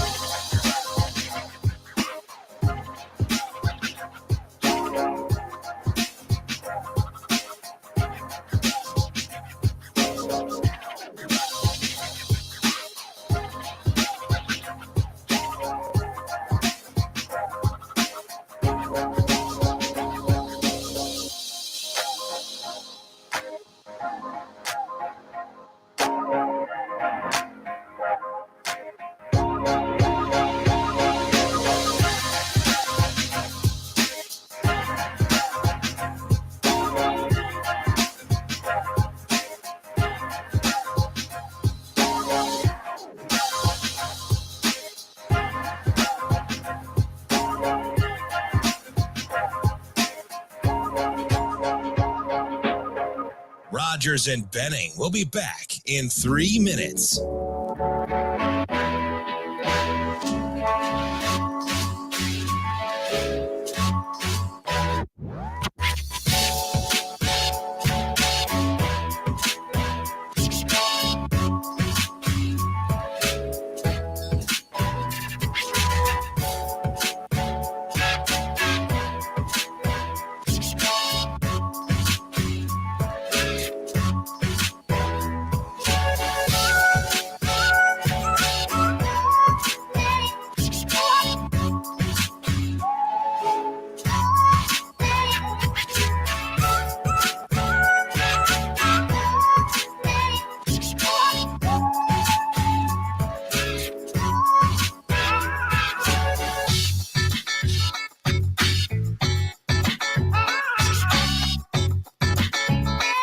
Rogers and Benning will be back in 2 minutes.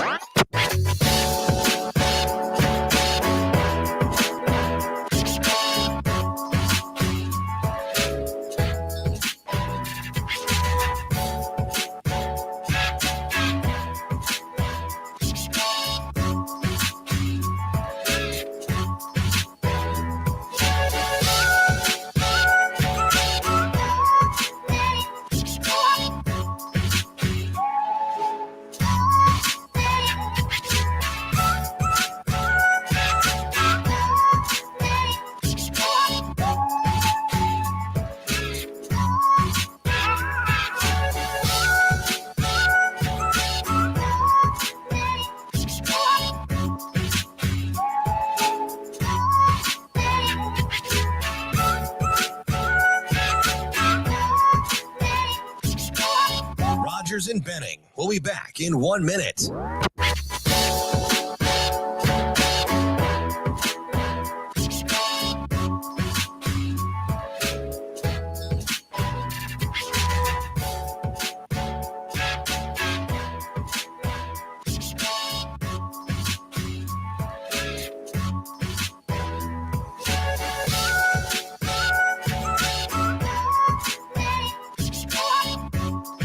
Rogers and Benning will be back in 30 seconds.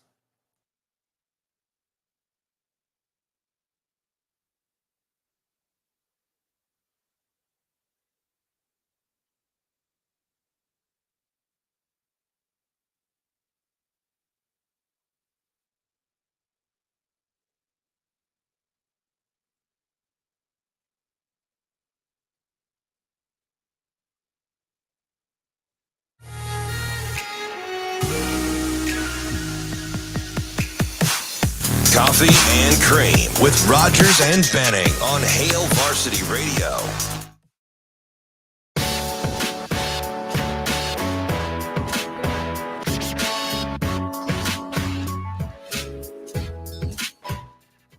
Do you need some milk? I had my milk at the break. I'm good.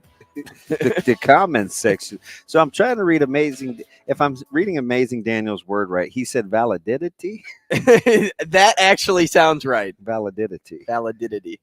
I'm just trying to.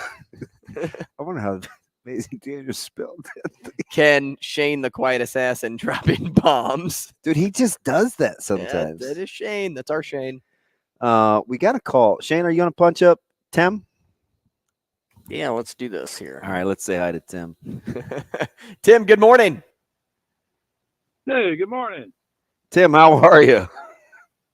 I'm good. Is this Damon? Yes, it is. Yeah. How are you, Damon? I'm How you good. doing? Wait, Coach, how are you? I'm great. I'm just putting 2 and 2 together. Yeah. How are you? Who do I have? Andrew and Damon. You got it. Yep. Okay. Well, hey, good to hear from you. Good to hear your voice here. But I listen every morning. So I- I'm really Oh, glad. we I appreciate you. that. Love your show. Thank you. Love your Thank you. show. Thank you. I'd rather listen to you guys talking good sports than any, and just you do good stuff. So We really appreciate that. Thanks, Coach. Appreciate you. you bet. You bet. What's Hey, on? I just called because, Damon, I heard you ask about the guys at the 4 spot for Creighton, and Yeah. and you mentioned Jason Green, but then then there wasn't any reply about Jason. I think Ravi was talking Mhm. about he didn't say Trout. anything. Yeah, Jason's Miller. Yeah, Trout, Miller. Yeah. Yeah, and I just want to give Jason some props because I think one thing that goes overlooked is what a great, well, there's a lot of great qualities, but great defender, great rebounder, Yes. and Mhm.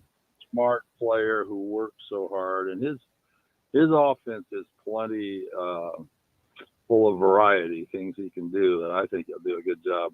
So coach, Oh. it's interesting. I was at I think it was the Pink Out game, and I talked to Jason's parents. They under the tunnel, and Coach Mack was coming out about a couple minutes later, and I think he saw me talking to the Greens, and so I was asking him about Jason, and like without hesitation, Coach Mack said he's going to be a good player for us. Like he didn't even, it wasn't in front of their parents; they had already walked off, but he just was doubling down on your sentiment that he said he's going to be a good player. Yeah, good. Well, I talked to Jason about 2 weeks ago at the Creighton camp. My grandson was there, and I hung around just a lot to talk to Jason, and he felt really good about things. And, I said, are you playing the three also? He said, yeah, he said they're pretty interchangeable, so you kind of play a couple spots, but I imagine a lot of those guys can do that. He was the best weak side rebounder I'd ever seen, the best help side defender I'd seen in probably the last 10 years. And he can actually shoot it. He can shoot it. He just didn't shoot it that much from outside in high school, but hell, he can bury threes and hit a jump shot off the dribble. And, he's such a cerebral player too. I mean, he's constantly seeing things like one play ahead of time. Senior year when everybody had graduated, and now he's truly the guy that's your leader, along with, we had a great season from David Harmon and some other guys, but Jason was great at being a gel guy, just bringing everybody together, talking to them, a lot of good stuff. I almost wonder if his time on the bench too has helped that. Like his time on the bench last year with Creighton in regards to that cerebral point that you're talking about and seeing the game well from a different perspective. I almost wonder if that helps him a ton moving forward. I think so for sure. I mean, that's a lot of experience in 1 year. All those games, the places you go, and redshirting's tough, It is. I think that year you're so far behind and learning things. Now he's got a lot under his belt. The cool thing, Coach, just because I know I've watched you forever, you appreciate IQ. So the two attributes we described at first, weak side rebounding and help defense, you have to understand what everybody else is doing to be good at those couple of things, right? Because those are feel things. Those are knowing the game kind of things. Yeah, that's right. And you were talking about guys and how they can play in the switching defense. He can do all that. He can be on the ball, or the guy guarding the pick, switching. He could guard. I think every position on the floor, to be honest, if needed. Coach, he's a good one. Fantastic stuff. You call anytime. We appreciate the call. You get the fluorescent green light, Coach. Okay, well, thank you. Appreciate it, Coach. Happy Thursday, Coach. That is a legend in Tim Cannon. Just great call. Just breaking us a call. And we'll transition now to the person we teased going into the break. That is Matt Reynolds, president of NXT Pro Hoops at NXT Pro Hoops on Twitter. Matt, good morning. Good morning, guys. How's it going? Hey, we're good. How are you? Doing good. Matt, take me through, I'm going to jump right into it. Take me through the Elite Eight event in Omaha this weekend and what people can expect, because it's going to be some pretty good basketball. Yeah, we're excited about it. The Next Pro is the company. The league that we have has two divisions. The top division is called Pro 16, and the second division is called Next. And we've really developed something that I think people have found to be innovative and cool. But it starts at the top with, we've got 13 guys ranked in the top 100 in the country. They're going to be in Omaha, Nebraska this week. including a top 5 player and 3 5-stars. So we've got some really good talent coming in. Obviously some great 4-stars, 3-stars, and beyond that. But you got to start with the top guys because I think we got a couple future pros, maybe even more, depending on some of our younger guys that are going to be here this weekend. It's interesting. I think the thing that's most impressive is just kind of being on the grassroots of this partnership. Obviously, Matt Cumro is a guy that I believe a lot in. You guys casting this vision to get this to come together relatively quickly in a competitive market to get to where this is. You may be selling yourself short. I know you're just not going to get here and say good things about you, but you guys pulling this off from a competitive level in year one has been nothing short of impressive. And I mean that. Well, I appreciate that. We've been fortunate. Good Lord's been good to us, and we've had a great year. So it's been fun. And I think from the league side of it as well, you look at this weekend in particular, I'm really interested to see who's going to come out on top. I mean, we got a team and one family that's out of Florida that's, if we were in Vegas, which our staff likes to make little Vegas odds on games. Yeah, they're probably the favorite. They're definitely the favorite. Yeah, they definitely got to be the favorite. Because they only have the one loss. Yeah, they only have the one loss. But we'll see. I mean, that's the thing. Like, it's like similar to a March Madness style where you get to this point, and I actually think it's probably better for them that they have the one loss because it's really hard to go undefeated in anything. Yeah. But yeah, it's gonna be exciting, and for the hometown crowd, there's 2 Nebraska teams in it. Right. Which I'll be honest, I did not expect. Yeah, that's I did impressive. not expect it all. I thought one might be there, but to have 2 in it, I think is a really cool deal. And the Omaha team, Omaha Elite, they have their hands full with Nick. Hey, that's a tough side of the bracket for them. But with Coach Archie and guys like Dale Ron Thomas and that team, they play so hard, right? I think it's kind of an underappreciated attribute from Omaha Elite. Ball pressure will be big in this one. Yeah. No, I agree. I think they play extremely hard, and they're going to have their hands full. Nick Hamania is the player you're referring to, who I think he's got a chance to really be something long term. He's a top 50 kid in the country, and just grows by the day. He's out of Los Angeles. So that's the other thing. You look at the 8 teams, they're from all over. You got 1 from Florida, 2 from Nebraska, a California team, a Vegas team, an Idaho team. I guess as I'm saying this all, we got a lot of West Coast and Oklahoma team. Yeah, so with the Hawks. It is going to be cool just to see the different and everybody's got a different style. You guys know this. Nebraska teams play one way. East Coast teams play another way. There's kind of a bunch of clashing styles that we're going to see in this thing. And the cool thing, Matty, is at the field house this weekend, even the 2 Nebraska teams, Elite plays much different than Supreme. Supreme has the high-level shooters, the sharpshooters. Omaha Elite, downhill guys, defensive pressure. Like, the versatility is pretty cool. Where do we need to be this weekend, Matt? Yeah, come on by. We are at Iowa West Fieldhouse. The Elite 8 starts Saturday morning, Final 4 is Saturday night, and the championship's 11:30 on Sunday. Hey, anytime you want to break us off a call, we'll always learn, man. Appreciate it. Thanks, Matt. Thanks, guys. It's Matt Reynolds, president of Next Pro Hoops, NXT Pro Hoops on Twitter. NIU football up next. We're talking to Bill Baker. Rogers and Benning will be back in 4 minutes.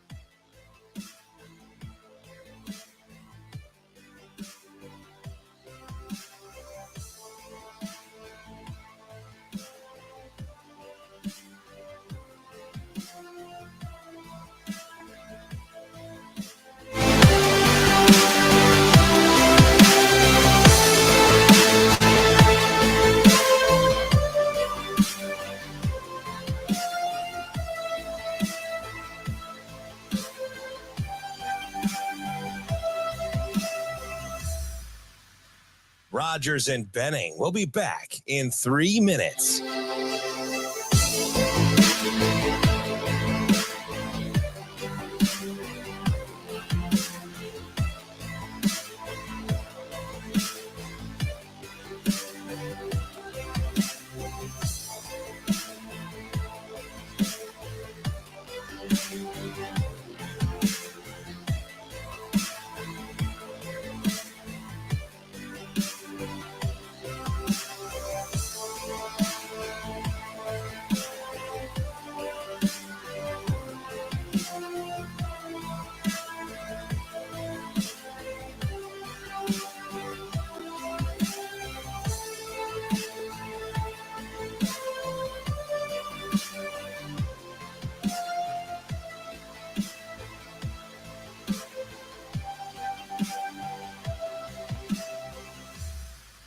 Rogers and Benning will be back in 2 minutes.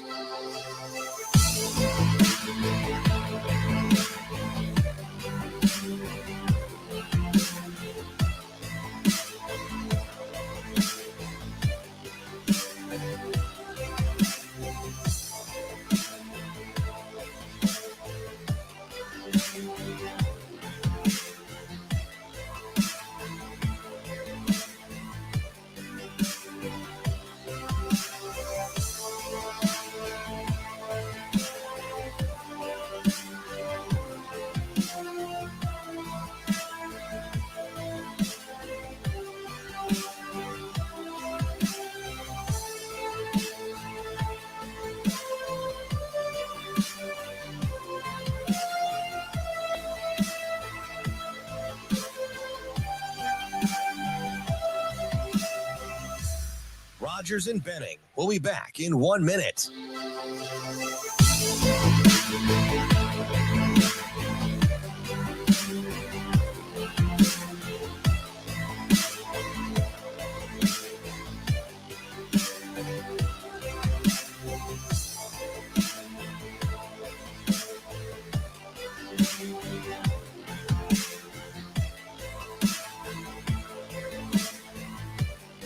Rogers and Benning will be back in 30 seconds.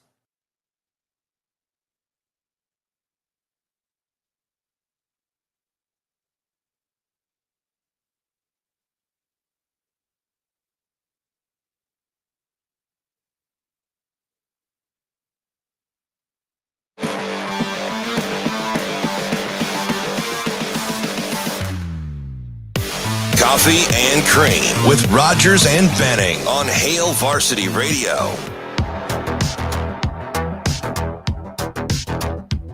Welcome back to the show as we close this thing down on a Thursday. We are happily joined by Bill Baker, play-by-play voice for the NIU Huskies. We've been doing a schedule breakdown every day this week so far. At least we've tried, and we've made it to week 3 now, and that's against the NIU Huskies, a team that DB is a little probably. They make me nervous. Yeah, I don't want to say on the fence about when it comes to this matchup, but yeah, it's a team that doesn't settle well in your stomach. No.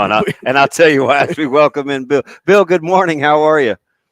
Well, Andrew, Damon, good morning to you, and good morning, Omaha. And I want to tell you, I think you hit the nail on the head right there. It kind of upsets your stomach a little bit when you have to look at NIU in the schedule. Yeah, especially with so many unknowns. Yeah, full disclosure, right? One of your former coaches, Dan Jackson, great friend of mine. Watched this program kind of get built from the start with Coach Hammock. Coach Hammock's a guy I got a ton of respect for because I know how he recruits, because he's been in our area a ton. And I coach at Westside where you have Mr. Haberman, and I know a lot about kind of the intricacies. I just was in DeKalb a couple of weeks ago heading to Chicago. So this matchup on paper may be kind of a yawner, but when I get inside the numbers of a veteran team, you got a quarterback that's played here before in Lincoln.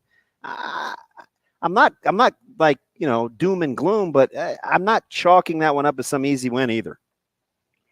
It's really tough to put a finger on at this point, and the reason that you guys are probably going to shake your heads with this, the transfer portal has done so much. It's changed the face of college football. I think it's changed the face of every program, be it mid-major, be it high major, be it elite. Alabama has issues with the portal, and I was just going over a couple of things they posted our roster. I think maybe it was last week, and I wrote it down. I think it's 53 new people out of a roster of right around 100. 53 new people. Now, all of them didn't come through the portal. Some were recruited, but still 53. And you got 40 some that have left either through the portal, just regular transition, or maybe graduation. So there are a lot of questions as to just what these people bring and what we've lost in this situation. But you mentioned the quarterback that who's played there before. That's, of course, Rocky Lombardi. He's the Michigan State transfer who came into DeKalb on the heels of a 0-6 season, that COVID season, and won the Mid-American Conference Championship and probably should have won the bowl game down in Orlando. But that's all history. He is back. He played last year. got to the Vanderbilt game and went to slide at the end of her run, and I think his cleat may have caught a piece of the turf. We never get officially what an injury is, but I'm just speculating on that thing. And I think he played maybe in one other game after that and was out for the rest of the season. His backup was injured a couple of games into his tenure. We wound up the last 2 or 3 games of the year starting a walk-on, basically. Just a walk-on who came to us as a true freshman, gave up a lot of points, didn't score that many points. But what they did gain, guys, was a boatload of experience, both in the offensive line, the defensive secondary. I mean, 2 really big keys, I think, to any football team. So we'll see what happens with this thing. There are a lot of familiar names.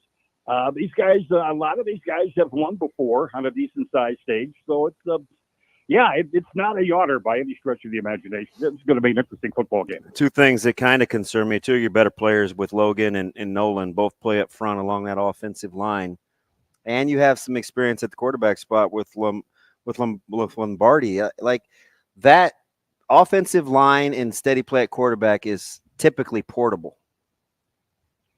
Very true. And the other thing to go along with that is with Lombardi, you've got to have somebody to throw the football to. And he had wideouts last year, and some of them did a remarkable job seeing, I think 4 different quarterbacks over the span of a 12-game season. But the number 1 guy in the room when it comes to receiving the football never stepped on the field. That's Trayvon Rudolph. And he was all MAC as a freshman. Dinged himself up in the preseason. I think it was during the month of August, maybe the first or second week of practice, and never, ever got onto the field. And he's a weapon. Between him and Rocky Lombardi, I mean, they can, in my mind, they can pretty much put the football wherever they want to put the football on the scope of the field and have some success with that. And then you've got the running back game too. You got to give it. And NIU is known as running back university. You've got a guy by the name of Ontario Brown, who is, I think, in his 3rd season now with NIU. And then the guy right after him is a guy that you guys probably know a little bit about, and Gavin Williams is the transfer from Iowa. Come over.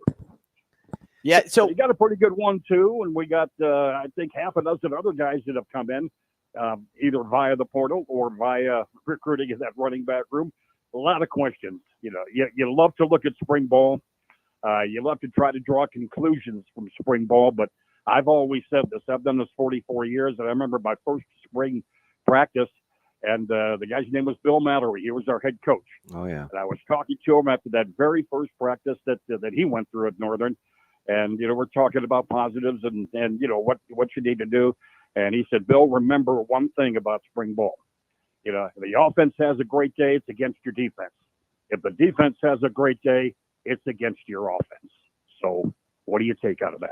So line play, Bill, I'm going to extend that past the offensive line here. And even on the defensive line, you had a good combination at the tackle position. Thomas was the best playmaker for the team last year. But the stat that stuck out to me over anything else was being +4 in the turnover margin.